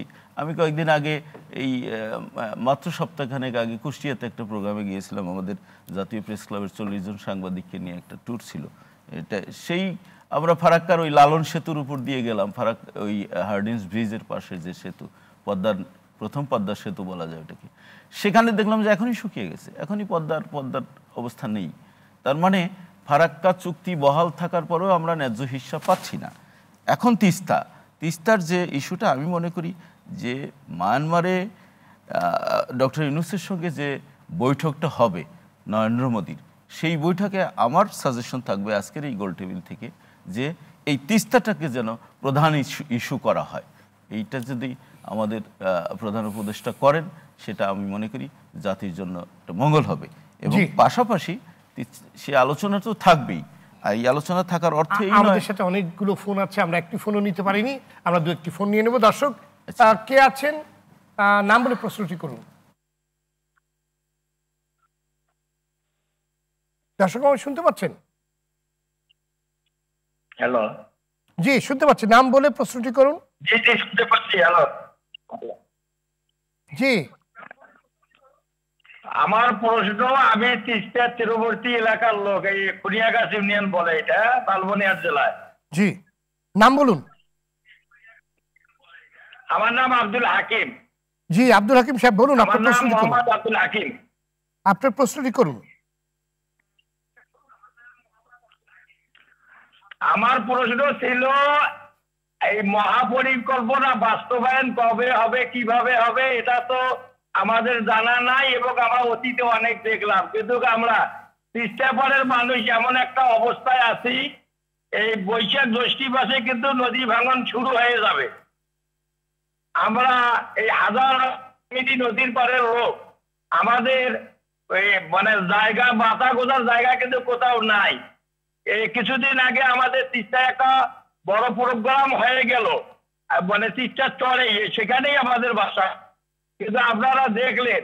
কিন্তু আসলে আমাদের এই নদী পাড়ের মানুষের জন্য তাৎক্ষণিক কোনো ব্যবস্থা মানে আছে কি না, আমি আজকের উপস্থিত সবাইয়ের কাছে এটা প্রশ্ন রাখছি। জি ধন্যবাদ, আপনার প্রশ্নটা আমরা বুঝতে পেরেছি। আমরা জনাব রাজিউজ্জামান রতন আপনার কাছে চলে যেতে চাই। প্রথমত আমাদের জনাব আব্দুল হাকিম লালমনিরহাট থেকে তার সংসদ যে কথাটি বলেছে, সেটা যদি আপনি ছোট্ট করে উত্তর করেন। এবং আমার প্রশ্ন আপনার কাছে যে, কিংবা আমরা যেটা দেখেছি, যারাই যখন বিরোধী দলে ছিল বিগত সময়গুলোতে সরকারি ছিল, তারাই জাতিসংঘ পানি প্রবাহ সনদ 1997 অনুস্বাক্ষর এবং জাতিসংঘে পানি সনদ 1992 স্বাক্ষর করার প্রয়োজনীয়তা নিয়ে অনেক কথা বলেছেন, বারবার কথা বলেছেন, দাবি তুলেছেন। কিন্তু যখনই তারা নিজেরাই ক্ষমতায় গেছে, সরাসরি উল্টো পথে তাদেরকে আমরা হাঁটতে দেখেছি। তারা কিন্তু চুক্তি দুটিতে স্বাক্ষর করা থেকে নিজেদেরকে সরিয়ে রেখেছে। এর কারণ কি? ভয়টা আসলে কোথায়, কিংবা কার স্বার্থে রাজনৈতিক দলগুলো এমন আচরণ করেছে? ধন্যবাদ। ঘটনায় ভাই একটা খুব দারুণ প্রশ্ন তুলেছেন। এটা নিয়ে আমরা যখন ওই ফারাক্কা নিয়ে, তিস্তা নিয়ে এবং আমাদের টিপাই মুখ নিয়ে আন্দোলন করছিলাম, সেই সময় এই প্রশ্নটা উঠেছিল যে আন্তর্জাতিক নদী কনভেনশনে 35টা দেশ স্বাক্ষর করলে সেটা আইনে রূপান্তরিত হবে। 34টা দেশ স্বাক্ষর করার পর এটা আটকে ছিল। সেই সময় বাংলাদেশকে আমরা বলেছিলাম, গভর্নমেন্টকে বলেছিলাম যে আপনি স্বাক্ষরটা করেন। বাংলাদেশ কিন্তু স্বাক্ষর করে নাই। তারপরে স্বাক্ষর করেছে সম্ভবত ভিয়েতনাম, আমার ঠিক মনে নাই, যে 35টা দেশ স্বাক্ষর করার পর এটা আইন হয়েছে। কিন্তু যে কথাটা বলার মতো যে বাংলাদেশ সরকার কিন্তু সবার আগেই স্বাক্ষরটা করার কথা ছিল। বাংলাদেশ তখন ওই ফাঁদে পড়লো, আমরা একটা দ্বিপাক্ষিক আলোচনা ঠিক করে দেবো, কিন্তু দ্বিপাক্ষিক আলোচনায় বারবার যে আমরা হেরে যাচ্ছি, এইটা আমরা বিবেচনা করি নাই, এবং অথবা আমরা হারতেই বোধহয় পছন্দ করি। কারণ বন্ধু তো বন্ধুর সঙ্গে হারলেও বোধহয় আনন্দ থাকে। যাই হোক, আমি এরপরে আর একটা বিষয় যেটা বলতে চাই, যেটা আপনি প্রশ্ন করেছিলেন যে নদীর তো নিজের একটা হিস্সা আছে। আমরা তিস্তা নিয়ে যখন প্রথম আলোচনাটা হলো 83 সালে, তখন বলা হয়েছিল যে বাংলাদেশ পাবে 36, ভারত পাবে 39, আর 25 ভাগ পানি থাকবে তিস্তা নিজের জন্য। ভারত সেটা দিল না। এরপরের বার যখন আমরা আবার দ্বিতীয়বার আলোচনা গেল, তখন বাংলাদেশ আবার নদীর পানিটা একটু কমিয়ে দিলাম। তখন বললাম যে 40-40 আর নদীর জন্য 20, মানে নদীর ভাগটা কিন্তু আবার একটু কমিয়ে দিলাম। মানে আমরা নিজেরাই নদীর ভাগটা কমিয়ে দিচ্ছি। এর ফলটা কি হচ্ছে? বাংলাদেশ হচ্ছে পানি এবং পলির দেশ। বরফগলা নদীর পানি এবং তার সঙ্গে পলি এসেই তো দেশটা গড়ে উঠেছে। আমাদের যদি দিনাজপুর এবং রাজশাহী দেখি, তাহলে সমুদ্রপৃষ্ঠ থেকে 125 ফিট উপরে, আর যদি নোয়াখালী যাই তাহলে এটা সমুদ্রপৃষ্ঠ থেকে 6 ফিট উপরে। তার মানে গোটা দেশটা একটা ঢালের মতো, হ্যাঁ। এবং বিপুল পরিমাণ পলি সঞ্চয় হয়েছে বলে, পদ্মা, মেঘনা, যমুনা এই নদীগুলো পলি নিয়ে এসেছে বলে প্রতি বছর বাংলাদেশের আয়তন বেড়েছে 12.5 বর্গ কিলোমিটার করে। এই জন্য বাংলাদেশ ক্রমাগত সমুদ্রের দিকে এগিয়ে গেছে এবং দেশের ভূখণ্ডটা বেড়েছে। এই জন্য বাংলাদেশকে একটা জীবন্ত বদ্বীপও বলা হয়। ফলে পানির প্রবাহ কমে যাওয়া, নদীর উজানে বাঁধ দেওয়া মানে আমার কিন্তু বাংলাদেশের বৃদ্ধিটাকেও আটকে দেওয়া, 1। 2 নম্বর, বুকের মধ্যে যে পলিটা জমে, পানি না আসলে এই পলিটা তো যেতে পারছে না, ফলে নদী বুকটা ভরাট হয়ে যাচ্ছে। এর ক্ষতিটা কি হয়, ছোট্ট আমরা হিসেব করেছিলাম তিস্তা নিয়ে, যে আমাদের যে 9 লক্ষ আমার যে কমান্ড এরিয়া, এর যে আমরা যে চাষাবাদ করতে না পারার কারণে হেক্টর প্রতি যদি 5 টন করে ফসল হয়, আপনারা উত্তরবঙ্গে যদি যান কখনো দেখবেন যে ভুট্টার ক্ষেতে ভুট্টা যখন স্তূপ করে রাখে, দূর থেকে মনে হয় যে একটা সোনার পাহাড়, মানে এত ঝলমল করে। কিন্তু এই যে এখন ধানের পরিবর্তে ভুট্টা হচ্ছে, তাতে করে আমরা দেখেছি শুধুমাত্র ফসলের ঘাটতি হচ্ছে প্রতি টনে, মানে 9 লক্ষ হেক্টর জমিতে আমাদের প্রায় 27,000 কোটি টাকার ফসলের মানে ঘাটতি হয়ে যাচ্ছে। সব মিলিয়ে প্রতি বছর বন্যার সময় প্রায় 20,000 বাড়িঘর কিন্তু উচ্ছেদ হয়ে যায় গড়ে। আমরা হিসাব করে দেখেছি প্রতি বছর বন্যা আসলে এবং খরায় তিস্তার কারণে এই তিস্তা অববাহিকার প্রায় 1 লক্ষ কোটি টাকার আর্থিক ক্ষতি হয়। সরকার এখানে কি ভূমিকাটা পালন করে? আচ্ছা, আরেকটা জিনিস, একটু ছোট্ট কথা আপনি এখানে তুলে ধরেছিলেন যে আমাদের যে নদীগুলো আছে সেগুলোকে কীভাবে আমরা দূষণে সর্বশান্ত করে দিচ্ছি। আমাদের দেশে তো নদী দখল এবং গদি দখল নিয়েই কাজটা হয় বেশি। এবং একটা জিনিস, একটা বিখ্যাত বড় হোটেল, এই যে করতোয়া পানি দিত তিস্তায়, সে করতোয়া নদী বন্ধ করে দিয়ে একটা বড় হোটেলও হয়েছে, এটা তো আমরা দেখছি। তো ফলে কিভাবে নদীকে মেরে ফেলো অথবা নদীকে দূষিত করে ফেলো। পৃথিবীতে প্রতি 4টা ডেনিমের মধ্যে একটা তৈরি হয় বাংলাদেশে। এক জোড়া ডেনিম তৈরি করতে টোটাল পানি লাগে 7,000 গ্যালন। তাহলে এই যে পানিটা, বাংলাদেশ হচ্ছে পৃথিবীর 6ষ্ঠ বৃহত্তম মিঠা পানির ভাণ্ডার। ওরা ইউরোপ ডেনিম পড়বে, আমেরিকা ডেনিম পড়বে, আর ওই ডেনিম উৎপাদনের সমস্ত বর্জ্য, তার র মেটেরিয়ালস, তার মানে রং সব গিয়ে পড়বে আমার বুড়িগঙ্গায়। বুড়িগঙ্গা গেছে দূষিত হয়ে। শীতলক্ষার মাছ একসময় খুব বিখ্যাত ছিল, শীতলক্ষা নদীতে মাছ নাই। এমনকি এখন আমরা কাপাসিয়া পর্যন্ত নদী আর ভালো পানি পাচ্ছি না। আপনি জানেন তো যে আপনার ধলেশ্বরীও এখন বাজে অবস্থা। আগে মানুষ বলতো না যে বিকালে একটু নদীর পাড়ে হাঁটতে যাই, আর এখন দুর্গন্ধে নদীর পাড় থেকে দূরে আসে যায়। বরিশাল যদি থেকে যদি আসে, তাকে আর সকালবেলা ডেকে দিতে হয় না, যেই ঢাকায় ঢোকে দুর্গন্ধে তার ঘুম ভেঙে যায় যে আমরা এখন ঢাকা এলাকায় ঢুকছি। তার মানে দূষণটাকে কি ভয়াবহ জায়গায় নিয়ে এসছি। ফলে একদিকে ভারতের কাছে আমার পানি চাওয়া, আমাদের সামনে তো 2টা দৃষ্টান্ত আছে। 1974 সালের 21 এপ্রিল ভারত বলল 40 দিনের জন্য পরীক্ষামূলকভাবে ফারাক্কাবাদ চালু করবে। সেই 40 দিন এখনো শেষ হয়নি, এবং সেই কারণে আমরা একটা ফারাক্কা দিবসটাকে একটা কালো দিবস হিসেবে পালন করি। আর একটা করি কি, মৌলানা ভাসানী একটা ডাক দিয়েছিলেন 16ই মে, যে আসো অন্তত প্রতিবাদ করি, চিৎকারটা অন্তত করি। আমার দাবি কেউ শুনবে কি শুনবে না, এটা মানবে কি মানবে না পরের প্রশ্ন, আমি যে এটা আমার উপর অন্যায় হচ্ছে এটা গোটা পৃথিবীকে আমি জানাবো না। সেই জায়গাটাও কিন্তু জানানোর জায়গায় আমরা বিরাট একটা ঘাটতি দেখেছি। আর তৃতীয়ত যে বিষয়টা উনি বলেছেন যে যত ধরনের ফোরাম আছে জাতীয় এবং আন্তর্জাতিক ফোরামে, চক্ষু লজ্জা শেষ করে, আমি যখন খাবার পানি পাচ্ছি না, আমি যখন চাষাবাদের পানি পাচ্ছি না, আমি যখন আমার নাব্যতা রক্ষার পানি পাচ্ছি না, আমার পরিবেশ রক্ষা করার পানি পাচ্ছি না, তখন চক্ষু লজ্জা কি? তখন তো আমার সরাসরি বলতে হবে যে একটা দেশকে শুকিয়ে মারার এই চেষ্টা করছে। ছোট্ট 2টা উদাহরণের কথা বলি। ইরাক 8 বছর যুদ্ধ হয়েছে, 2 দেশের মাঝখান দিয়ে প্রবাহিত নদী, নদীর পানি তারা দূষিত করে নাই। দানিউব নদী 14টা দেশের মধ্যে দিয়ে গেছে। প্রথম বিশ্বযুদ্ধ হয়েছে, দ্বিতীয় বিশ্বযুদ্ধ হয়েছে, ইউরোপ ম্যাসাকার হয়ে গেছে, কিন্তু কেউ দানিউব নদীর পানিটাকে দূষিত করার কথা ভাবে নেই। কারণ তারা বলেছে উজানের দেশ, তার সে যুদ্ধ করে মানুষ মারতে পারে, রক্তের বন্যা বইয়ে দিতে পারে, কিন্তু পানির স্রোতধারাটাকে সে নষ্ট করেনি। ফলে অন্তত যুদ্ধেও কিছুটা এথিক্স থাকে। আমরা কোন ধরনের যুদ্ধে পড়ে গেলাম যে আমাকে পানি না দিয়ে আমাদেরকে আটকে ফেলার চেষ্টা করবে? তারা পানি দিচ্ছে না, এটা তাদের ব্যাপার, কিন্তু আমরা কেন পানির জন্য আন্দোলনটা করছি না, এটা তো আমাদেরও ব্যাপার।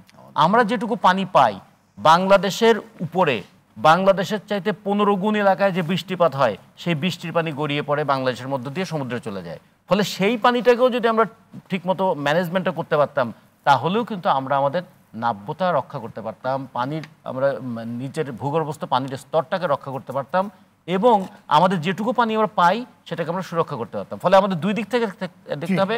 একদিকে ভারতের পানি আগ্রাসনের বিরুদ্ধে কথা বলতে হবে, দ্বিতীয়ত দেশের অভ্যন্তরে দূষণ এবং দখলটা বন্ধ করতে হবে। জি, আপনার কাছে আরেকটি প্রশ্ন ছিল কিন্তু যে আপনার মানে 1997 মানে বিগত সময়গুলোতে যে বিরোধী দলে যারা ছিল কিংবা যারাই যখন বিরোধী দলে ছিল তারা জাতিসংঘ পানি প্রবাহ সনদ 1997 অনুস্বাক্ষর এবং জাতিসংঘ পানি সনদ 1992 স্বাক্ষর করার প্রয়োজনীয়তা নিয়ে অনেক কথা বলেছে, কিন্তু ক্ষমতায় যখন গিয়েছে তখনই এটার বাস্তবায়ন করেনি, এটাকে সরে গেছে। কিংবা মানে এখানে ভয়টা কিসের ছিল, কিংবা কার সাথে নদীর চাইতে গদিটা গুরুত্বপূর্ণ। এবং সবচেয়ে বড় প্রশ্ন হচ্ছে যে সেখানে অর্থনৈতিক স্বার্থটা প্রাধান্য পেয়ে যায় মানুষের জীবনের চাইতেও। যেমন আমাদের নির্বাচনের পরে ভোটারের চাইতেও গুরুত্বপূর্ণ হয়ে যায় ক্ষমতাটা। ফলে এইরকম আমরা জনতা এবং ক্ষমতা এই দুটোর মধ্যে ক্ষমতার নিচে জনতাকে পিষ্ট করে রাখতে আমাদের শাসক গোষ্ঠী সবসময় পছন্দ করে, যে কারণে ভোটের আগে হয়তো অনেক কথাই বলে, ভোটের পরে সে কথাগুলো মনে থাকে না। কিন্তু যে জিনিসটা খেয়াল রাখতে হবে, আমাদেরও আবার জনতারও এই জিনিসটা থাকতে হবে। জনতারও তো সবসময় এই ক্রাইটা তৈরি করে রাখতে হবে যে internal vigilance is the price of liberty. এই কথা যে বলা হয়েছে, জনগণের ভেতর থেকে এই চাওয়াটা বারবার গড়ে তুলতে হবে। কিন্তু নদী দখলের মতো জনগণের কিন্তু মনটাকেও দখল করার চেষ্টা করা হয়। যখনই আন্দোলন করবে এই দেশের বিরুদ্ধে ষড়যন্ত্র করছে, প্রতিবেশীর সঙ্গে আমাদের সম্পর্ক নষ্ট করছে, সরকারকে অস্থিতিশীল করার চেষ্টা করছে, হয়তোবা এর পিছনেও কোনো বিদেশি কাজ আছে। এবং ষড়যন্ত্রের নামে এমন একটা যন্ত্র আমাদের দেশে আছে, এই যন্ত্রটা পুরনোও হয় না, এই যন্ত্রটা বাতিলও হয় না। যখনই আন্দোলন করতে চাইবেন তখনই আমাকে ষড়যন্ত্র এই তত্ত্বের মধ্যে ফেলে দেয়। ফলে এগুলোকে একটু খেয়াল রাখতে হবে। আমরা ক্ষমতাকে কেন্দ্র করে আমাদের যে রাজনীতিটা, জনগণকে উপেক্ষা করার রাজনীতিতেই তারা অনেক বেশি সিদ্ধহস্ত হয়েছে। এর কারণে দেখুন, ক্ষমতা যখন থাকে তখন দায়িত্ববোধটা থাকে না। জনাব আব্দুল সালাম ওনার আপনার এই কিছুক্ষণ আগে উনি যে বলছিলেন, ও সেখানে কিন্তু উঠে এসেছে যে মানে আমরা অন্য সরকারে কিংবা ভারতের ব্যাপারেও দেখেছি, তাদের কিন্তু যতই মত পার্থক্য থাকুক তারা কিন্তু জাতীয় স্বার্থে তারা সবাই এক হচ্ছে, যেটা আমাদের মধ্যে শুধু জাতীয় স্বার্থে। কৌশলে কিরকম, ভারতের সঙ্গে চুক্তি হবে তো বাংলাদেশের, সে মোদি দেখায় কাকে, মমতা। আচ্ছা, আমরা কি তারা নিজেরা মমতা চাইছে না, চুক্তি তো করবো আমি দিল্লির সঙ্গে। এখন যদি বলি যে আমাদের রংপুর বিভাগ চাইছে না, এরকম আমরা বলবো চুক্তিটা হবে বাংলাদেশের সঙ্গে। দেশ, আমি তো এটা একটা দেশ, একটা স্টেট টু স্টেট রিলেশন। এই যে আমাদেরকে ধাপ্পা দিতে পারে, এটাও একটা কিন্তু মানে সেখানে কিন্তু জাতীয় তাদের জাতীয় স্বার্থে জাতীয় করেছে, আমাদের কিন্তু সেটা দেখা যায় না। সেই জায়গার অভাবের কথা কিন্তু বারে বারে আমরা ফিল করি। ধন্যবাদ আপনাকে জনাব মুজিবুর রহমান হাওলাদার। তিস্তা মহাপরিকল্পনা যাতে তিস্তা পারের মানুষের ভাগ্য পরিবর্তনে সত্যিকার অর্থে ভূমিকা রাখতে পারে, সেজন্য আগাম কি ধরনের সতর্কতামূলক ব্যবস্থা গ্রহণ করা যেতে পারে কিংবা করা থাকা দরকার? আমি যেহেতু বিষয়টি নিয়ে দীর্ঘদিন কাজ করেছি, আমাকে 1-2 মিনিট সময় দিলে যে প্রশ্নগুলো এখানে বক্তারা তুলেছেন সেগুলোর একটু বলতে পারি। কারণ আমার সমস্যাটাকে আমি বেশি ঢোল পেটাচ্ছি, যার সাথে আমার সমস্যা সে কিন্তু ঢোল পেটাচ্ছে না, কিন্তু আমি বেশি ঢোল পাঠাচ্ছি। এটা হতে পারে আমার অজ্ঞতা, এটা হতে পারে আমার অক্ষমতা, এটা হতে পারে আমার দুর্বলতা। ফলে আমাদের যেই জায়গাটায় স্ট্রাইক করা দরকার, just hit on the point. এখন আমরা এত কিছু করার পরেও বঞ্চনা যতক্ষণিক হয়েছে, বাট একটা স্টেজে আমরা এখানে পৌঁছেছি এবং সেই দিনও আমরা দেখলাম মানুষ এসেছে এবং আপনারা বললেন হঠাৎ করে পানি এসেছে। তো সেইরকম একটা নহর যখন বইতে শুরু করেছে, আমি that is the signal for unity of the people. এবং এখন দেশের রাষ্ট্রীয় যে কাঠামোর মধ্যে আমরা এখন আছি, মানুষের এক্সপেকটেশনটা আরও বেড়ে গেছে। আমি একটা কথা বলে যেতে চাই, আমি যেহেতু 3 বছর নদী রক্ষা কমিশনে ছিলাম, আপনি বিশ্বাস করুন ডিসিরা এর আগে কখনো তালিকা দেয়নি। আমার সময় 66,000-এর তালিকা আমি এনেছিলাম বাংলাদেশের নদীগুলোর। তার মধ্যে আমি 3 মাসে মানে প্রায় 30,000-কে উচ্ছেদ করেছিলাম। তারপরে যে এত বছর গেল, বাকিটা উচ্ছেদ হলো না কেন? গত 7-8 মাসে নদী রক্ষা কমিশনটাকে গঠন করা গেল না। এবং যারা ক্ষমতায় গেলেন, পরিবেশ নিয়ে কথা বলেছেন, নদী নিয়ে কথা বলেছেন, মানুষকে নাচিয়েছেন। আমি তো দেখলাম এখন তাদের ভূমিকা একেবারে নির্লিপ্ত হয়ে গেলেন কি করে আমি জানি না। এই ভাই যে সত্য কথাটা বললেন যে একটা নদী নিয়ে একটা বিভাগে আমি একটা নদী, এটি কি হয়? নদীর প্রতি এটি অবিচার না? এটি যিনি করতে পারেন তার বিরুদ্ধে কালকে হাইকোর্ট সুপ্রিম কোর্টে মামলা হওয়ার কথা না? নদী যিনি বললেন যে নদী তো একটা নেটওয়ার্ক অফ রিভার্স, এটা তো টোটাল একটা জনপদের ব্যাপার এবং বেসিন ভিত্তিক যে নদী উন্নয়নের ব্যাপার এইটি ওনারা ভুলে যান কি করে? এটা তো টোটাল গোস অ্যাগেন্স্ট দ্যাট। আমার কাছে এরকম প্রতিদিনেই কিন্তু অনেকে বলে, যেহেতু আমি এই দায়িত্বটা ছিলাম, এখন আমি কয়েকটা স্পষ্টত আমরা যেখানে আমাদের স্বার্থের জায়গায় যেতে পারি এবং আমরা আসল জিনিসটা করতে পারি সেই জায়গাটা আমি বলতে চাই। আমি বলতে চাই যে আমাকে কে বাধা দিল যে আপনি মানে তিস্তা ব্যারাজ করতে পারবেন না? কোন আইনে বাধা দিয়েছে আমাকে বলুন। আমার কি বলে সৈয়দা মানে আমাদেরকে যে নীলিমা বললেন যে আমাদের Indian law, what does it to me, what does it to Bangladesh? Indian law আছে, তোমার ল। আমার হচ্ছে territorial integrity we have achieve. সেই টেরিটোরিয়াল ইন্টিগ্রিটিতে ইন্টারন্যাশনালি যখন আমরা ওয়াটার রিসোর্স ইউজের ক্ষেত্রে আমরা দেখব, সেখানে আমার যে রাইট এটা স্বীকৃত, এইটা স্বীকৃত। আমি ওইখানে একটু কি ইনিশিয়াল দিলাম না দিলাম doesn't matter, will go on our own way. যেটা বলা হলো আমি আমার নদীকে রক্ষা করব এবং প্রাকৃতিক ইয়েতে আমি আমার পানি যেটা পাচ্ছি সেটা পারলে তারা আটকে রাখুক, যতটুকু পারে পারুক, কিন্তু আমি আমার পানি, আমার যে বেসিন, আমার যে নদী, সেটি উন্নয়নের মাধ্যমে আমার নদীর বহনের ক্ষমতা, আধারের ক্ষমতা এবং রেইনি সিজনে যেটি মানে খুব অতিরিক্ত পানি পাই, ফ্লাড যাতে না হতে পারে, আমার নদীর পরিধিটাকে সেভাবে বাড়াতে হবে। কিন্তু যেটি বললেন একটা কথায় আলোচনা এসেছে, আমাদের দেখতে হবে এই যে প্রকল্পটা এখন করতে যাচ্ছে মহাপরিকল্পনা, তার মধ্যে নদীকে ছোট করার একটা ব্যাপার আমি দেখলাম। তো নদীকে ছোট করবেন কেন আপনি? নদীর যে ফোর্স সেটা রাখতে হবে। তারপরে একটা আইনে আছে আমাদের যে ওয়াটার, সব কিছুই কিন্তু আইনে আছে কিন্তু প্রয়োগ নেই। দেখুন আইনে আছে, প্রয়োগ নেই। আমাদের ন্যাশনাল কমিটি আছে ওয়ার্ল্ড রিসোর্সের উপরে, আপনি দেখেন একটাও আমি দেখলাম না যে তার কোনো হয়, মিটিং হয়। তো আমি ওই কথায় ফিরে যাই যে এই বিষয়গুলো আমাদের করতে হবে। যে flood plain must be declared. বলুন তো ওই জায়গার ফ্লাড প্লেন কিন্তু নদী, তার ফোর্সোর, তারপরে গিয়ে কিন্তু ফ্লাড প্লেন। তো ফ্লাড প্লেন কতক্ষণিক হবে, কতটুকু পানি আসে, সেইটুকু যদি আমাকে রাখতে হয় সেটা। ফলে এই দুটো জায়গায় একটা রেশিও আছে যে আমার যে ব্রেথ, আমার লেংথ এবং আমার যে ডেপথ আছে, এই রেশিও করে কিন্তু সায়েন্টিফিক যে স্টাডি, হাইড্রোমরফোলজিক্যাল, জিও টেকনিক্যাল, জিও আপনার ফিজিক্যাল, এই স্টাডিগুলোকে কতটুকু ওরা করেছে উই ডোন্ট নো দ্যাট, সেটা মানুষের কাছে উপস্থাপন করুক। এবং আমাদের যে মানে কি বলে স্পার্সো আছে, আমি তো একসময় স্পার্সোর চেয়ারম্যান ছিল, আই নো এই স্পার্সোকে ডাকে না, স্পার্সো নোজ, কারণ 100 বছর আগে নদীর কোথায় ছিল তার অবস্থান এবং নদীর যে তার বাউন্ডারি নির্ধারণ করার যে ব্যাপারটা, আমরা এই টেকনোলজি কেন ব্যবহার করি না আপনি বলুন তো? যেটা হয়েছে আপনি যেটা বললেন নতজানু পলিটিক্সের কারণে এবং যারা ক্ষমতায় যায় এই সকল কারণে। আমার প্রধান উপদেষ্টা যাবেন কোথায়, তা মোদির সাথে সেখানে আলোচনার দরকারটা কি আমাকে বলুন? আপনাকে কে বাধা দিয়েছে যে আপনি আপনার বাউন্ডারির মধ্যে এই নদীটাকে কালকে বড় করবেন?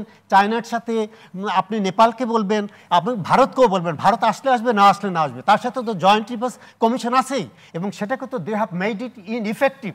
যে ডাইনামিজম আসা উচিত ছিল সেটা তো আসে নাই এবং সেটাও একটা অপরাধ বলে আমি মনে করি। এবং ইন্টারন্যাশনাল মানে কনভেনশনস যেটা আছে, আপনি সেই কনভেনশনের ডাউন রাইপেরিয়ান এবং আপার রাইপেরিয়ান, তো দায়িত্ব তো বর্তায় আপার রাইপেরিয়ানের উপরে যে তুমি আমাদেরকে ভাসিয়ে দিচ্ছ আবার শুকিয়ে মারছো, তার বিরুদ্ধে তো আমি একটা মামলাও করতে দেখছি না। তো ফলে ইট ইজ বাংলাদেশ, যে বাংলাদেশের জনগণ এরকম যদি একত্রিত হয়ে কাজ করে, দল মত নির্বিশেষে সবাইকে একত্রিত হতে হবে যে we want to do that, there is none on earth who can এমপিট ইট। এবং আমাদের বললেন যে পররাষ্ট্র মন্ত্রণালয় এই সকল কথাবার্তা যে বলে কালকে তাকে সরিয়ে দেবো না কেন, এইভাবে বললেন ডিসি। তো ডিসির কথা ঘাড়ে কত ক্ষমতা আছে যে মন্ত্রী যদি বলেন, সরকার যদি বলে এই নদী উচ্ছেদ করো, এইখানে এই খননের কাজ এটা হবে, তাহলে সে পারবে না? আমাকে বলুন তো, তো এটা বাধা দেবে কে? ফলে যারা কর্মচারী বা ডিপার্টমেন্টগুলো আছে তাদের হেড, তারা যতটুকুই বিদ্যা বুদ্ধি আছে, আমি মনে করি কম্প্যারিজনে ইন্ডিয়ার থেকে বাংলাদেশের মেধা এত পিছিয়ে নেই। আমি বোঝাতে পারছি সেই দিকটা যেটা দরকার আছে আমাদের গভর্নমেন্টকে বলতে হবে উই ডু দ্যাট। এই যে দেখেন 6 মাস 7 মাস গেল, এত বড় একটা সরকার বললেন, আমাকে বলুন তো যে এই যে রেসপেক্ট, আমি নাম বলতে চাই না, কতগুলো মন্ত্রণালয় আছে না এবং কতগুলো ডিপার্টমেন্ট, তারা কি কাজটা করলো নদী নিয়ে, পানি নিয়ে, পরিবেশ নিয়ে, অথচ এটা একটা পাবলিক প্রপার্টি এবং প্রত্যেকটা নাগরিকের অধিকার আছে। কালকে হাইকোর্টে গিয়ে বলে যে হাইকোর্টে যে এই যে আদেশগুলো দিয়েছে তার কোনটা তোমরা করেছো, এই যে এই আদেশগুলো কেন তোমরা লঙ্ঘন করলে গত 7-8 মাসে, এর জবাব কি দেবে? জি, এটা প্রত্যেকটা গভর্নমেন্ট। ধন্যবাদ। ফলে আমি 1 মিনিটে শেষ করি ভাই। আমি সেই জন্য যেটা বলতে চাচ্ছি, আজকে যেটা করতে হবে সেইটা আমাদের নদীর এই যে প্রজেক্ট যেটা আসছে সেটা কালকে ওপেন করে দিক, যাচাই বাছাই হোক এবং মোর সায়েন্টিফিক ওয়েতে আমরা এটা বাস্তবায়ন করতে যাব। আমার মনে হয় বাংলাদেশ যদি সেইটি সত্যিকারভাবে করে, মানে ইন্টারন্যাশনালি কেউ এটাকে কোশ্চেন করবে না। Thank you so much. ধন্যবাদ। আমাদের একটি বড় সমস্যা আমরা দেখেছি যে নদীর দুপাশে পাড় বানানোর নামে বিভিন্নভাবে নদীকে, আপনারা যদি দেখেন তুরাগের যে আজকে অবস্থা, তুরাগকে একটি খাল বানিয়ে দেওয়া হয়েছে, সে তার যে ফ্লাড ল্যান্ড সেগুলো বলে কিছু নাই। বুড়িগঙ্গারও সেম অবস্থা। এবং দিন দিন এই নদীকে আপনার এই নদীর রক্ষার কথা বলে কিংবা নদীকে আপনার শাসনের নামে নদীকে কিন্তু গলা টিপে হত্যা করা হচ্ছে। এবং যে কারণে কিন্তু তিস্তা নিয়ে অনেক প্রশ্ন আসছে যে তিস্তাকে কি আবার ওভাবে কোনো আপনার দুপাশে নগর গড়ে তোলার কথা বলে আবার কোনো কিছু বানিয়ে ফেলা হবে কিনা। কাজে এগুলো অত্যন্ত জরুরি, এগুলো নিয়ে গবেষণা করা এবং খুব সঠিকভাবে আপনি সায়েন্টিফিকভাবে এগুলোর সিদ্ধান্ত নেওয়া। পাবলিক ডিবেটের আয়োজনটা অত্যন্ত জরুরি, যেটা আমাদের দীর্ঘদিন ধরে এগুলো একেবারে যে কোনো বিষয়ে, এই যে টাউন হল যে আপনার ডিসকাশন, এই যে একটা আপনার চর্চা ছিল, এগুলো কিন্তু একদম শেষ হয়ে গেছে। এগুলো আবার ফিরিয়ে আনার প্রয়োজন। নীলেমাদোলা, আওয়ামী লীগের 1.5 দশকের শাসনামলে বারবার প্রতিশ্রুতি ভঙ্গের শিকার হয়েছে তিস্তাপাড়ের মানুষ। আগামীতে তাদের নিয়ে রাজনীতি হবে না, সত্যিকারের সমাধান হবে, সে নিশ্চয়তা কিভাবে আমরা পেতে পারি? আচ্ছা, তো তিস্তার কথার আগে আমি আসলে একটা কথা বলতে চাই, সেখানে একটু আসি। গহরনায় মোরা জনাব উনি একটা খুবই গুরুত্বপূর্ণ কথা বলেছেন যে নদীর নিজস্ব একটা হিস্সা আছে, আমরা সেটা দেওয়ার কখনো চেষ্টা করি না। এইটার সাথে না মানে কানেক্টেড অনেকগুলো ব্যাপার। আমাদের একটা খুব জনপ্রিয় গান আছে, এখানে রমণীগুলো নদীর মতো, নদী ও নারীর মতো কথা কয়। সো আমরা দেখি যে নদী ধ্বংসের সাথে সাথে আসলে আমাদের দেশটার যে পানি নষ্ট হচ্ছে, যা ইকোলজি যে জায়গায় যাচ্ছে, সেটা আসলে বাংলাদেশের মানুষের বা ভাটি অঞ্চলের মানুষের যেই সহজাত প্রবৃত্তি বা যেই আনন্দ নিয়ে বেঁচে থাকার প্রবণতা আছে, সেটাও আসলে দিন দিন কমে আসছে। আমরা একটা মরুভূমি রচনা করছি বাংলাদেশ জুড়ে। আমাদের অদ্ভুত সমস্ত নদী, প্রাণসাগর, মাথাভাঙা, গড়াই, জাদুকাটা, সুন্দর সুন্দর নামের নদী, যেটা আমাদের ভাষার সঙ্গেও সম্পৃক্ত, আমাদের নারীদের সাথে সম্পৃক্ত, আমাদের ফসলের সাথে সম্পৃক্ত, সেই নদীগুলোকে নষ্ট করে দেওয়া হচ্ছে। সোমেশ্বরী নদীতে আমি বেড়াতে গিয়েছিলাম বছরখানেক আগে। এরকম বেশ কিছু নদী নিয়ে আমার চিন্তাভাবনা আসলে দীর্ঘদিনেরই পুরনো। আমি ঘুরি, দেখি, ছবি তুলি, বেশ কিছু মহানদীর ছবিও আমি সংগ্রহ করেছি। ওখানে আমি যে জিনিসটা লক্ষ্য করেছি, একদম এখানে আমি আসলে খুব লাউড অ্যান্ড ক্লিয়ার হতে চাই যে নদী আসলে ডিসি কতটা নষ্ট করে, উপদেষ্টা কতটা নষ্ট করেন, সরকার কতটা নষ্ট করেন, আর কতটা আমাদের 1 এবং 2% ধনিক শ্রেণী নষ্ট করে, যাদের ওখানে বিজনেস আছে, যে ওই অঞ্চলে বড় প্রমাণ আছে তুরাগের পার কিংবা আপনি যদি বুড়িগঙ্গার পারে যান, হ্যাঁ আমাদের বিজনেসম্যানরা বালু উত্তোলন করছে, যদি আপনি যান, এবং এই বিজনেসম্যানদেরকে এখানে যে টেন্ডারবাজি চলে আসছে দিনের পর দিন, সেই টেন্ডারবাজিটা কারা দিচ্ছে? প্রতিবারই কোনো না কোনো সরকার যারা ক্ষমতায় আছে, ক্ষমতাসীন, তারাই দিচ্ছে। যেই কারণে পররাষ্ট্র মন্ত্রণালয় আর গিয়ে ওই স্বাক্ষরটা করতে পারছে না, কারণ আমাদের বিজনেসম্যানরা আসলে কন্ট্রোল করে তার কতটুকু জমিরই তো খেলা, ক্ষমতার খেলা তো জমিরই খেলা, কতটুকু জমি তার প্রয়োজন, কতটুকু নদী সে বন্ধ করবে, এটা তো বিজনেসম্যানদের খেলা আসলে। এটা কেন আমরা কখনো বলি না? তো তিস্তাকে সামনে রেখে আবার কোনো রাজনীতি যাতে না হয়, যে প্রশ্নটা আপনি আমাকে করলেন, সেইটার আসলে কমপ্লিট দায়ভার আমাদের সকলকে একসাথে নিতে হবে এবং ঐক্যবদ্ধভাবে নিতে হবে। শুধুমাত্র একটা নির্বাচনী প্রচারণা যেন না হয় তিস্তা, শুধুমাত্র আমি একটা নির্বাচনী ইশতেহার দিলাম, একটা ম্যান্ডেট দিলাম, আর তারপর তিস্তা পার্কে উন্নত করলাম না, কিংবা তিস্তা পার্কে উন্নত করলাম বিদেশি পয়সা নিয়ে, তিস্তা পাড়ের মানুষের কোনো ভাগ্যের পরিবর্তন করলাম। আমরা তো রামপাল পাওয়ার প্ল্যান্টও দেখছি একটা উন্নয়ন তো আওয়ামী লীগের সরকারি, যে আমি আজকে লিখেছিলাম এটা, যে 3 লাখ কোটি টাকার মেগা প্রকল্প বিগত সরকার বাস্তবায়ন করেছে, অথচ 250 কোটি টাকার যে চেঞ্জ, 250 কোটি টাকা দিলে তিস্তা যে বদলাতে পারতো সেটা করতে পারেনি। সো 3 লাখ কোটি টাকার মেগা প্রকল্প তো বাংলাদেশে হয়েছে। মানে আমাদের এই প্রকল্প তো এটা তো ছিল মনে করেন আসলে জনগণের কিংবা জাতির কি উন্নতি হলো সেগুলো নিয়ে কিন্তু কোনো চিন্তা করা হয়নি। যেমন আপনি দেখেন ঢাকা শহরে যদি মাত্র আপনার 500 কোটি টাকার বাস নামানো হতো, তাহলে মানুষের দুর্দশা আপনার শেষ হয়ে যেত। হাজার হাজার লক্ষ কোটি টাকা দিয়ে বিভিন্ন ফ্লাইওভার, বিভিন্ন কিছু তৈরি হচ্ছে। আমরা একটা ছোট্ট কথা শুধু আমি বলতে চাই, যে ফ্লাইওভারটা আমরা দেখি এয়ারপোর্ট থেকে, যে এক্সপ্রেসওয়েতে আমরা যখনই উঠি তখনই দেখি কি, মানে আমি তো উঠি প্রায়ই, আমি যখনই, আমার ওটা রাস্তা যাওয়া আসার, তখনই দেখি যে মাত্র 7-8টা 10টা গাড়ি ওখান থেকে চলছে বা অল্প কিছু গাড়ি চলছে। অর্থাৎ আপনি বিদেশিদেরকে দেখাতে চান তো যে বাংলাদেশ একটা ডেভেলপড কান্ট্রি, সেই জন্য তো আপনি বানিয়েছেন, ওটা তো গরিবের কোনো উপকার হয়নি, বরং ওটার পয়সা আমার রিক্সাওয়ালা দেয়। ওইটা যে ইনফ্লেশন, সেই আপনি যে ইনফ্লেশন বাংলাদেশে নিয়ে এসেছেন সেটা পয়সা আমার রিক্সাওয়ালা দেয়। তো এই ধরনের প্রকল্প বাস্তবায়ন করাটাই তো আসলে সবকিছু না। তো নদীকে আমরা কন্ট্রোল করতে, নদীর হিস্সা খুবই গুরুত্বপূর্ণ, আমার মাথায় আসলে অনেক দিন ধরে থাকবে যে নদীরও তো একটা হিস্সা আছে। তো সেইটাকে আসলে দিতে হলে আপনার বিজনেসম্যানদেরকে অনবোর্ড করতে হবে এবং রাজনীতি যারা করতে আসবেন সামনের দিনে বাংলাদেশে তাদের প্রত্যেককে একসাথে ইউনাইটেড হতে হবে। নদী খুবই গুরুত্বপূর্ণ, নদী বাংলাদেশের ন্যাচারের জন্য খুব গুরুত্বপূর্ণ। নদীকে নিয়ে আমরা আসলে কোন রকমের 2 নাম্বারই আর করতে পারবো না। এটাকে লাইফলাইন বলা হয়, এটাকে লাইফলাইন মানে একেবারে মানুষের শরীরে যেমন রক্ত সঞ্চালন থাকে ঠিক তেমন বাংলাদেশের জন্য এটা অত্যন্ত জরুরি। কারণ আমাদের দেশের এই যে 18 থেকে 20 কোটি মানুষের শুধুমাত্র যদি মানে খাবার পানির কথাই আপনি ভাবেন, তাহলে চিন্তা করে দেখেন আজকে কিভাবে মাটির তল থেকে পানি তুলে, মৃত পানি, এটাকে মৃত পানি বলা হয়, যার জন্য আমাদের কিন্তু শারীরিক বিভিন্ন প্রতিবন্ধক তৈরি হচ্ছে। রাজনীতিবিদদেরও আসলে এখানে অনবোর্ড হতে হবে যে আমরা ওদের সঙ্গে, মানে বিজনেসম্যানদের এই সাপোর্টটা দিব না। এইটা যারা করলো, যাদের কারণে এটা ঘটলো না, তাদের বিরুদ্ধে তো একটা মামলা হলো না। একটা ব্যক্তিকে ধ্বংস করলে, হত্যা করলে মামলা হয়, আর নদী যে হাজার হাজার কোটি এবং আমার প্রজন্মকে যে শেষ করে দিলেন, এবং এটা ক্রিমিনাল, মানে আমাদের আইনে আছে, কিন্তু একাধিক আইনে আছে। কেন মামলা হচ্ছে না আমাকে বলুন। এই মামলাগুলো আমাদের অ্যাডভোকেটটা কেন করছেন না? এবং অ্যাডভোকেটটাই তো চেয়ারে বসে আছেন আজকে বিভিন্ন, আমি বলবো অনেকগুলো অ্যাডভোকেট দেখবেন যে তারা কিন্তু চেয়ারে বসে আছে। Why this people are not coming? এবং এই বড় বড় কথা কিন্তু বলেছে, আমি এবং as a citizen of the country আমি বলবো যে ইট শুড বি, এবং দে আর লায়াবল যাদের জন্য এই ক্ষতিগুলো হয়ে গেছে। জি জনাব গওহর নাঈমুল ওয়ারা, করণীয় কি আপনার কাছে? মানে ধরে নিলাম তিস্তা মহাপরিকল্পনা হলো না, কিন্তু বাকি নদীগুলোকে তো বাঁচাতে হবে না। আমরা যদি নিজেরা চাই আমরা নদীকে রক্ষা করতে পারবো। যেভাবে প্ল্যান করা হচ্ছে যে আমি দুপাশে সিটি বানিয়ে আমরা তো সেভাবেও চাই না। নদীর হিস্সা ভারত বা চীন কাউকেই লাগবে না। আমার নিয়তটা ঠিক আছে নাকি, আমি আমার ঘরটা ঠিক করে সাজাবো কিনা, আমি আমার নদীকে নাকি সবকিছুতেই ভারতকে আমি দোষারোপ করব। এই যে ধরেন এখন বলা হয় যে ফেনীর বন্যার কারণে ভারত দায়ী। জুলাই মাসে কনফারেন্স হয়েছিল, সেই কনফারেন্সে আমাদের লোকরাও গিয়েছিল, সেখানে পরিষ্কার করে বলে দেওয়া হয়েছিল এবার প্রচুর বৃষ্টি হবে, বলে দেওয়া হয়েছিল, আমাদের বিজ্ঞানীরা ছিল। কিন্তু যখন বৃষ্টি শুরু হলো আমাদের এই যে আবহাওয়া অফিসের লোকজন তখন প্ল্যাকার্ড নিয়ে দাঁড়িয়ে আছে, বিপ্লব হয়ে গেছে, তাদের বেতন বাড়াইতে হবে। কেউ ইনফরমেশনটা কাউকে দেয়নি, এটা নিয়ে আমাদের কথা বলতে হবে। এদের দায়িত্ব তখন ছিল, তারা 2 সপ্তাহ অপেক্ষা করতে পারতো, তারা 2 সপ্তাহ অপেক্ষা করতে পারতো তাদের বেতন আর চেয়ারের জন্য। যখন দেশে বন্যা হচ্ছে, পানি আসছে, কোম্পানিগঞ্জে ব্রিজ ভেঙে গেল, ব্রিজটা খুলে দিলে কিন্তু ব্রিজটা ভাঙতো না। আমাদের এই পানি যে আসবে, এই পানি বেরোনোর রাস্তা সব বন্ধ করে দিয়েছি আমি মাতামুহুরি দিয়ে ঢাকা থেকে অনেকে বলছে বরিশালের লঞ্চগুলো পাঠিয়ে দেন। বরিশালের লঞ্চ যাবে কিভাবে? আমি তো রাস্তা বন্ধ করে দিয়েছি, সেটা কারোর মাথায় আসলো না।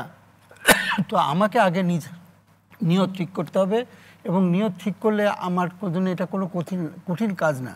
মেলবোর্ন নদী 2 বছরে তারা পরিষ্কার করছে, সেখানকার লোকের নিয়ত করে আমরাও এটা করতে পারবো, কিন্তু আমাদের এই নিয়তটা খুব থাকা দরকার। আপনি জানেন বরিশালের কীর্তন খোলা তারা দখল কিনেছিল 2 দিকে। আপনি পুরো রিপোর্ট পাবেন, কিন্তু বাংলাদেশে যে যতগুলো কথা আছে কোনো রিপোর্টের বাইরে না।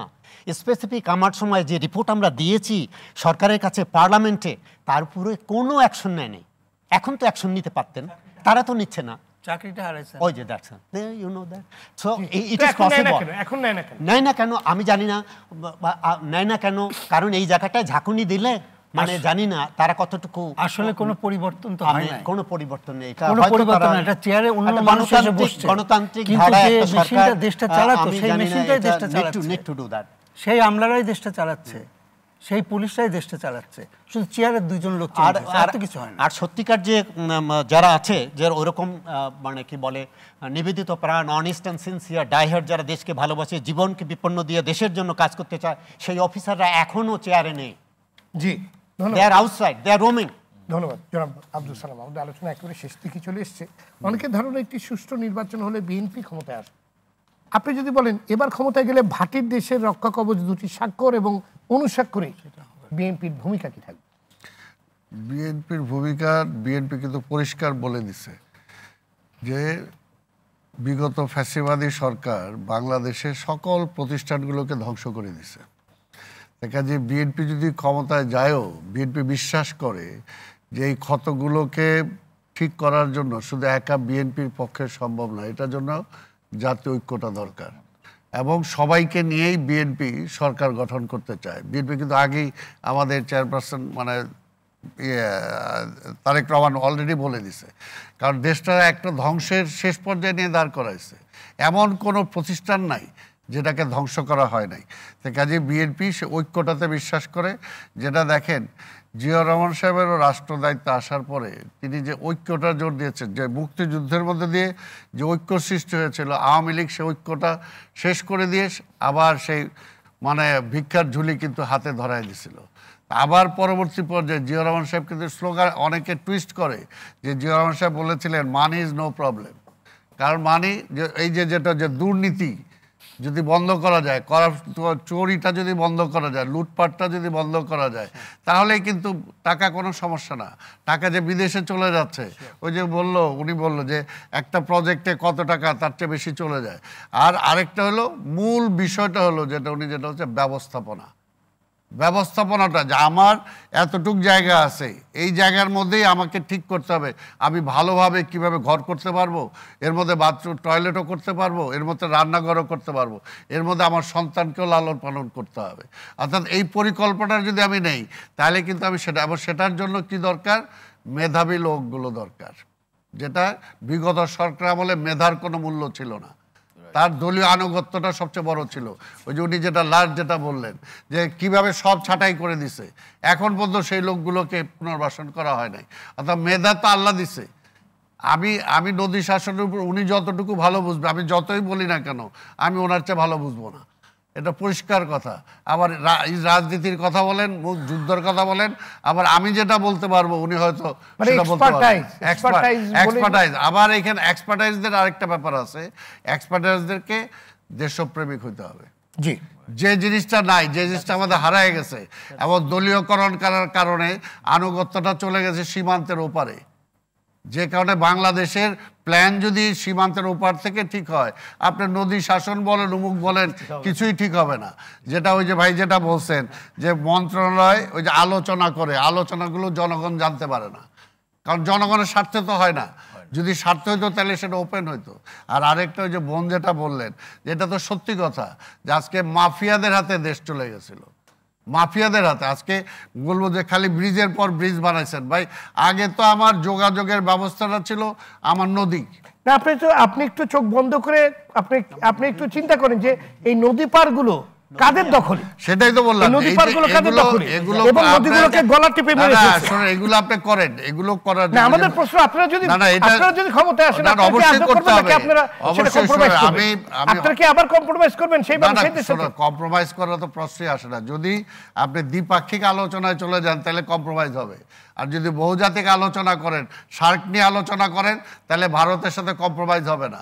তাই কাজে সার্ককে আপনি আমি আমাদের অভ্যন্তরীণ নদীগুলোর কথা বলছি না, এইটার মধ্যে ওইটা দরকার। আমি সেটা কথা বলছি, আমি বুড়িগঙ্গার কথা বলছি, আমি তুরাগের কথা বলছি। সব কিছুর মধ্যে ওইটা দরকার। আরেকটা যেটা বললাম যে ওই যে ব্যুরোক্রেসি যেটা বলে, যারা সবকিছু এক্সপার্ট লোকগুলো, তাদের দেশপ্রেম হইতে হবে, দেশপ্রেমিক হইতে হবে। তাদের সেলফিশ হইলেও চলবে না। একটা বিসি হওয়ার জন্য বা একটা প্রজেক্টের হেড হওয়ার জন্য যদি দলীয় আনুগত্য নিতে হয়, তাহলে ওটা না হওয়াই ভালো। সবাইকে মন্ত্রী হওয়া দরকার নাই, সবাইকে এমপি হওয়া দরকার নাই, কিন্তু এখানে দেখা যায় সবাই এমপি মন্ত্রী হওয়ার জন্য দৌড়াইতে থাকে, আবার সেই পলিটিক্সকে তারা হিট করে। এবং আমরা বিগত সময় যা দেখেছি যে সরকারের চাকরি, সরকারের মানে পাবলিক সার্ভেন্ট হয়েও কিভাবে দলীয় এর জন্যই এই বিষয়গুলো জাতীয় বিষয়গুলো সমাধান হয় না। জাতীয় বিষয়গুলোর জন্য আমাকে যেটা বলছি যে তাদের যেটা অন্যরা যেটা কম্প্রোমাইজ করে না, অর্থাৎ ভারতের একটা ব্যুরোক্রেসি বলেন, একটা ব্যবসায়ী বলেন বা একটা সরকারের বলেন, কেউ কম্প্রোমাইজ করবে না। ব্যবসা ক্ষেত্র, আজকে আমার একটা জামদানি শাড়ি, আজকে আমার যেটা ভারতের মধ্যে বিশাল যেটা প্রচলন আছে, আপনি দেখেন এইটা ওইখানকার ব্যবসায়ীরাও সেইভাবে অ্যালাউ করবে না যে আপনি এখানে মার্কেটটা দখল করেন, দিবে না। আমার এখানে ইন্ডাস্ট্রিগুলো আজকে যে 7টা ওই যে ওদের আছে স্টেট আছে, সেখানে যদি তারা ওপেন করে দিত তাহলে ওইটা মার্কেট বাংলাদেশ দখল করতে পারতো, কিন্তু তারা করে না।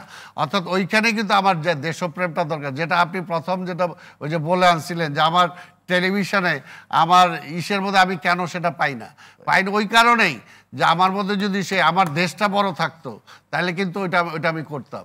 কাজে ওইটা সেকেন্ডারি চলে গেছে। আমি ব্যক্তিটা এখানে ব্যক্তির স্বার্থটা প্রথম হয়ে গেছে। ব্যক্তির স্বার্থের জন্য আমি পর দেশের কাছে আমার মাথা বিক্রি করে দিত, আমার কোনো আপত্তি নাই। এবং সবচেয়ে সে জায়গায় বলবো মেধাবী লোকগুলো সেটার জন্য সবচেয়ে বেশি দরকার। মেধাবী লোকগুলো দেশপ্রেমিক হওয়া দরকার। এবং মেধাবী লোকগুলো আজকে ব্যুরোক্রেসিতে কারা? মেধাবী লোকগুলো আছে। আজকে নদীর ওই যে উনি চেয়ারম্যান ছিলেন, কারা এটা? তাই কাজে ওই সমস্ত লোকগুলোকে আজকে দেশের সাথে এবং তাদেরকে ফ্রি রাখতে হবে। গত সরকারের আমলে একমাত্র কবরস্থান ছাড়া সব তো ভাগ করে ফেলছিল আওয়ামী লীগ বিএনপি, যে কারণে অনেক বিএনপি করে বলল চাকরি নাই। তাই এটা হয়ে গেছে তো হবে, এখন পর্যন্ত সে চাকরি ফিরে পায় না। কেন? যে ও বিএনপি করছে, জন্য চাকরি দেওয়া যাবে না, তাহলে আবার বিএনপি বেনিফিট পাওয়া যাবে। অর্থাৎ এখানে দল দরকার নাই, মেধাটা দেখেন, মেধা দরকার এবং তাদের দেশপ্রেমিক এবং তাদেরকে তাদের জায়গায় কাজে লাগাইতে হবে, তাদের জায়গায় কাজে লাগাইতে হবে এবং তাদেরকেও ওত নিতে হবে। কারণ আমরা তো দেখছি যে বললাম সব প্রতিষ্ঠান শেষ হয়েছে, কারণ হাসিনা শেষ করছে। এবং আমি যেটা বলবো একটা রাজনৈতিক কর্মী হিসাবে, একটা মুক্তিযোদ্ধা হিসাবে, এবং তাকে শেষ করাইছে প্রতিবেশী রাষ্ট্র। আমার সব প্রতিষ্ঠানগুলো ধ্বংস করে তার বাজারটা ঠিক রাখার জন্য বিক্রি করে দিছে মাথা। কাজে ওইখানে দেশপ্রেমটা হইলো সবচেয়ে বড়, যদি আমি ফিরে আনতে পারি। এটা আর একটা যে সেটা এর জন্যই বলবো, ওই যে ব্যবস্থাপনা, হল্যান্ডে আমি গেছিলাম, ওইটাই একসময় এরকম একটা ছিল, প্রতি বছর ঘূর্ণিঝড় আর বন্যায় দেশ ভাইসা যাইত, কিন্তু এখন সবচেয়ে সুন্দর একটা দেশ। ওই যে তারা ম্যানেজমেন্ট করছে, পানির বন্যার পানিটা আসলে কিভাবে সেটাকে ধরে রাখতে হবে, পৃথিবীকে দেখায় দিছে যে কিভাবে। কাজে আমাদেরও নিজস্ব সেই ম্যানেজমেন্টটা লাগবে। ম্যানেজমেন্টটা লাগলে ওই ভারতরা আমি বৃদ্ধাগুলো দেখাতে পারবো, আদারস পারবো না। আর জাতিসংঘে সবকিছু আমার জোর হলো, আমার রাইটটা তো এস্টাবলিশ করতে হবেই, আমি বলবোই সেটা। তার জন্য যদি আমি মাথা নত করে থাকি তাহলে তো হবে না। এজন্য আমি জানি না যে আমার এক্সপার্ট যখন যায় ওই ভারতের সাথে দ্বিপাক্ষিক আলোচনা করবে, তখন সে রাইটটা সে এস্টাবলিশ করার জন্য বলেই না, মানে সেটা ভারতের স্বার্থ দেখলো না, আমার দেশের স্বার্থ দেখলো, আমি এটাই জানি না। ধন্যবাদ এটা দরকার আজকে আলোচনায় যোগ দেওয়ার জন্য। দর্শক, তিস্তা মহাপরিকল্পনা বাস্তবায়ন হলে এর বহুমাত্রিক সুফল যেমন নদী পাড়ের জনগণ পাবেন, তেমনি নানামুখী প্রতিক্রিয়াও কিন্তু রয়েছে। সুতরাং তিস্তা মহাপরিকল্পনা বাস্তবায়নের আগে পরিকল্পনার বিস্তারিত জনসাধারণের জন্য উন্মুক্ত করে দিতে হবে।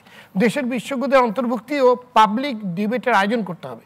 তিস্তা নদীর চরিত্র ও বৈশিষ্ট্য অক্ষুণ্ণ রাখতে হবে। নিজেদের নদীগুলোর পানি ব্যবস্থাপনায় একটি মহাপরিকল্পনা গ্রহণ করতে হবে। নদী দখল দূষণ শক্ত হাতে প্রতিরোধ করতে হবে। তিস্তা সহ অভিন্ন 54 নদীর ন্যায্য অধিকার প্রতিষ্ঠায় প্রয়োজনে আন্তর্জাতিক আদালতে মামলা করতে হবে। জাতীয় এবং আন্তর্জাতিক প্রতিটি ফোরামে নদীর পানির ন্যায্য হিস্সা নিয়ে কথা বলতে হবে। এমন পরামর্শগুলি উঠে এসেছে আজকে আলোচনায়। আগামী সপ্তাহে আবারও দেখা হবে। সে পর্যন্ত সবাই ভালো থাকুন, সুস্থ থাকুন। সঙ্গে থাকার জন্য ধন্যবাদ।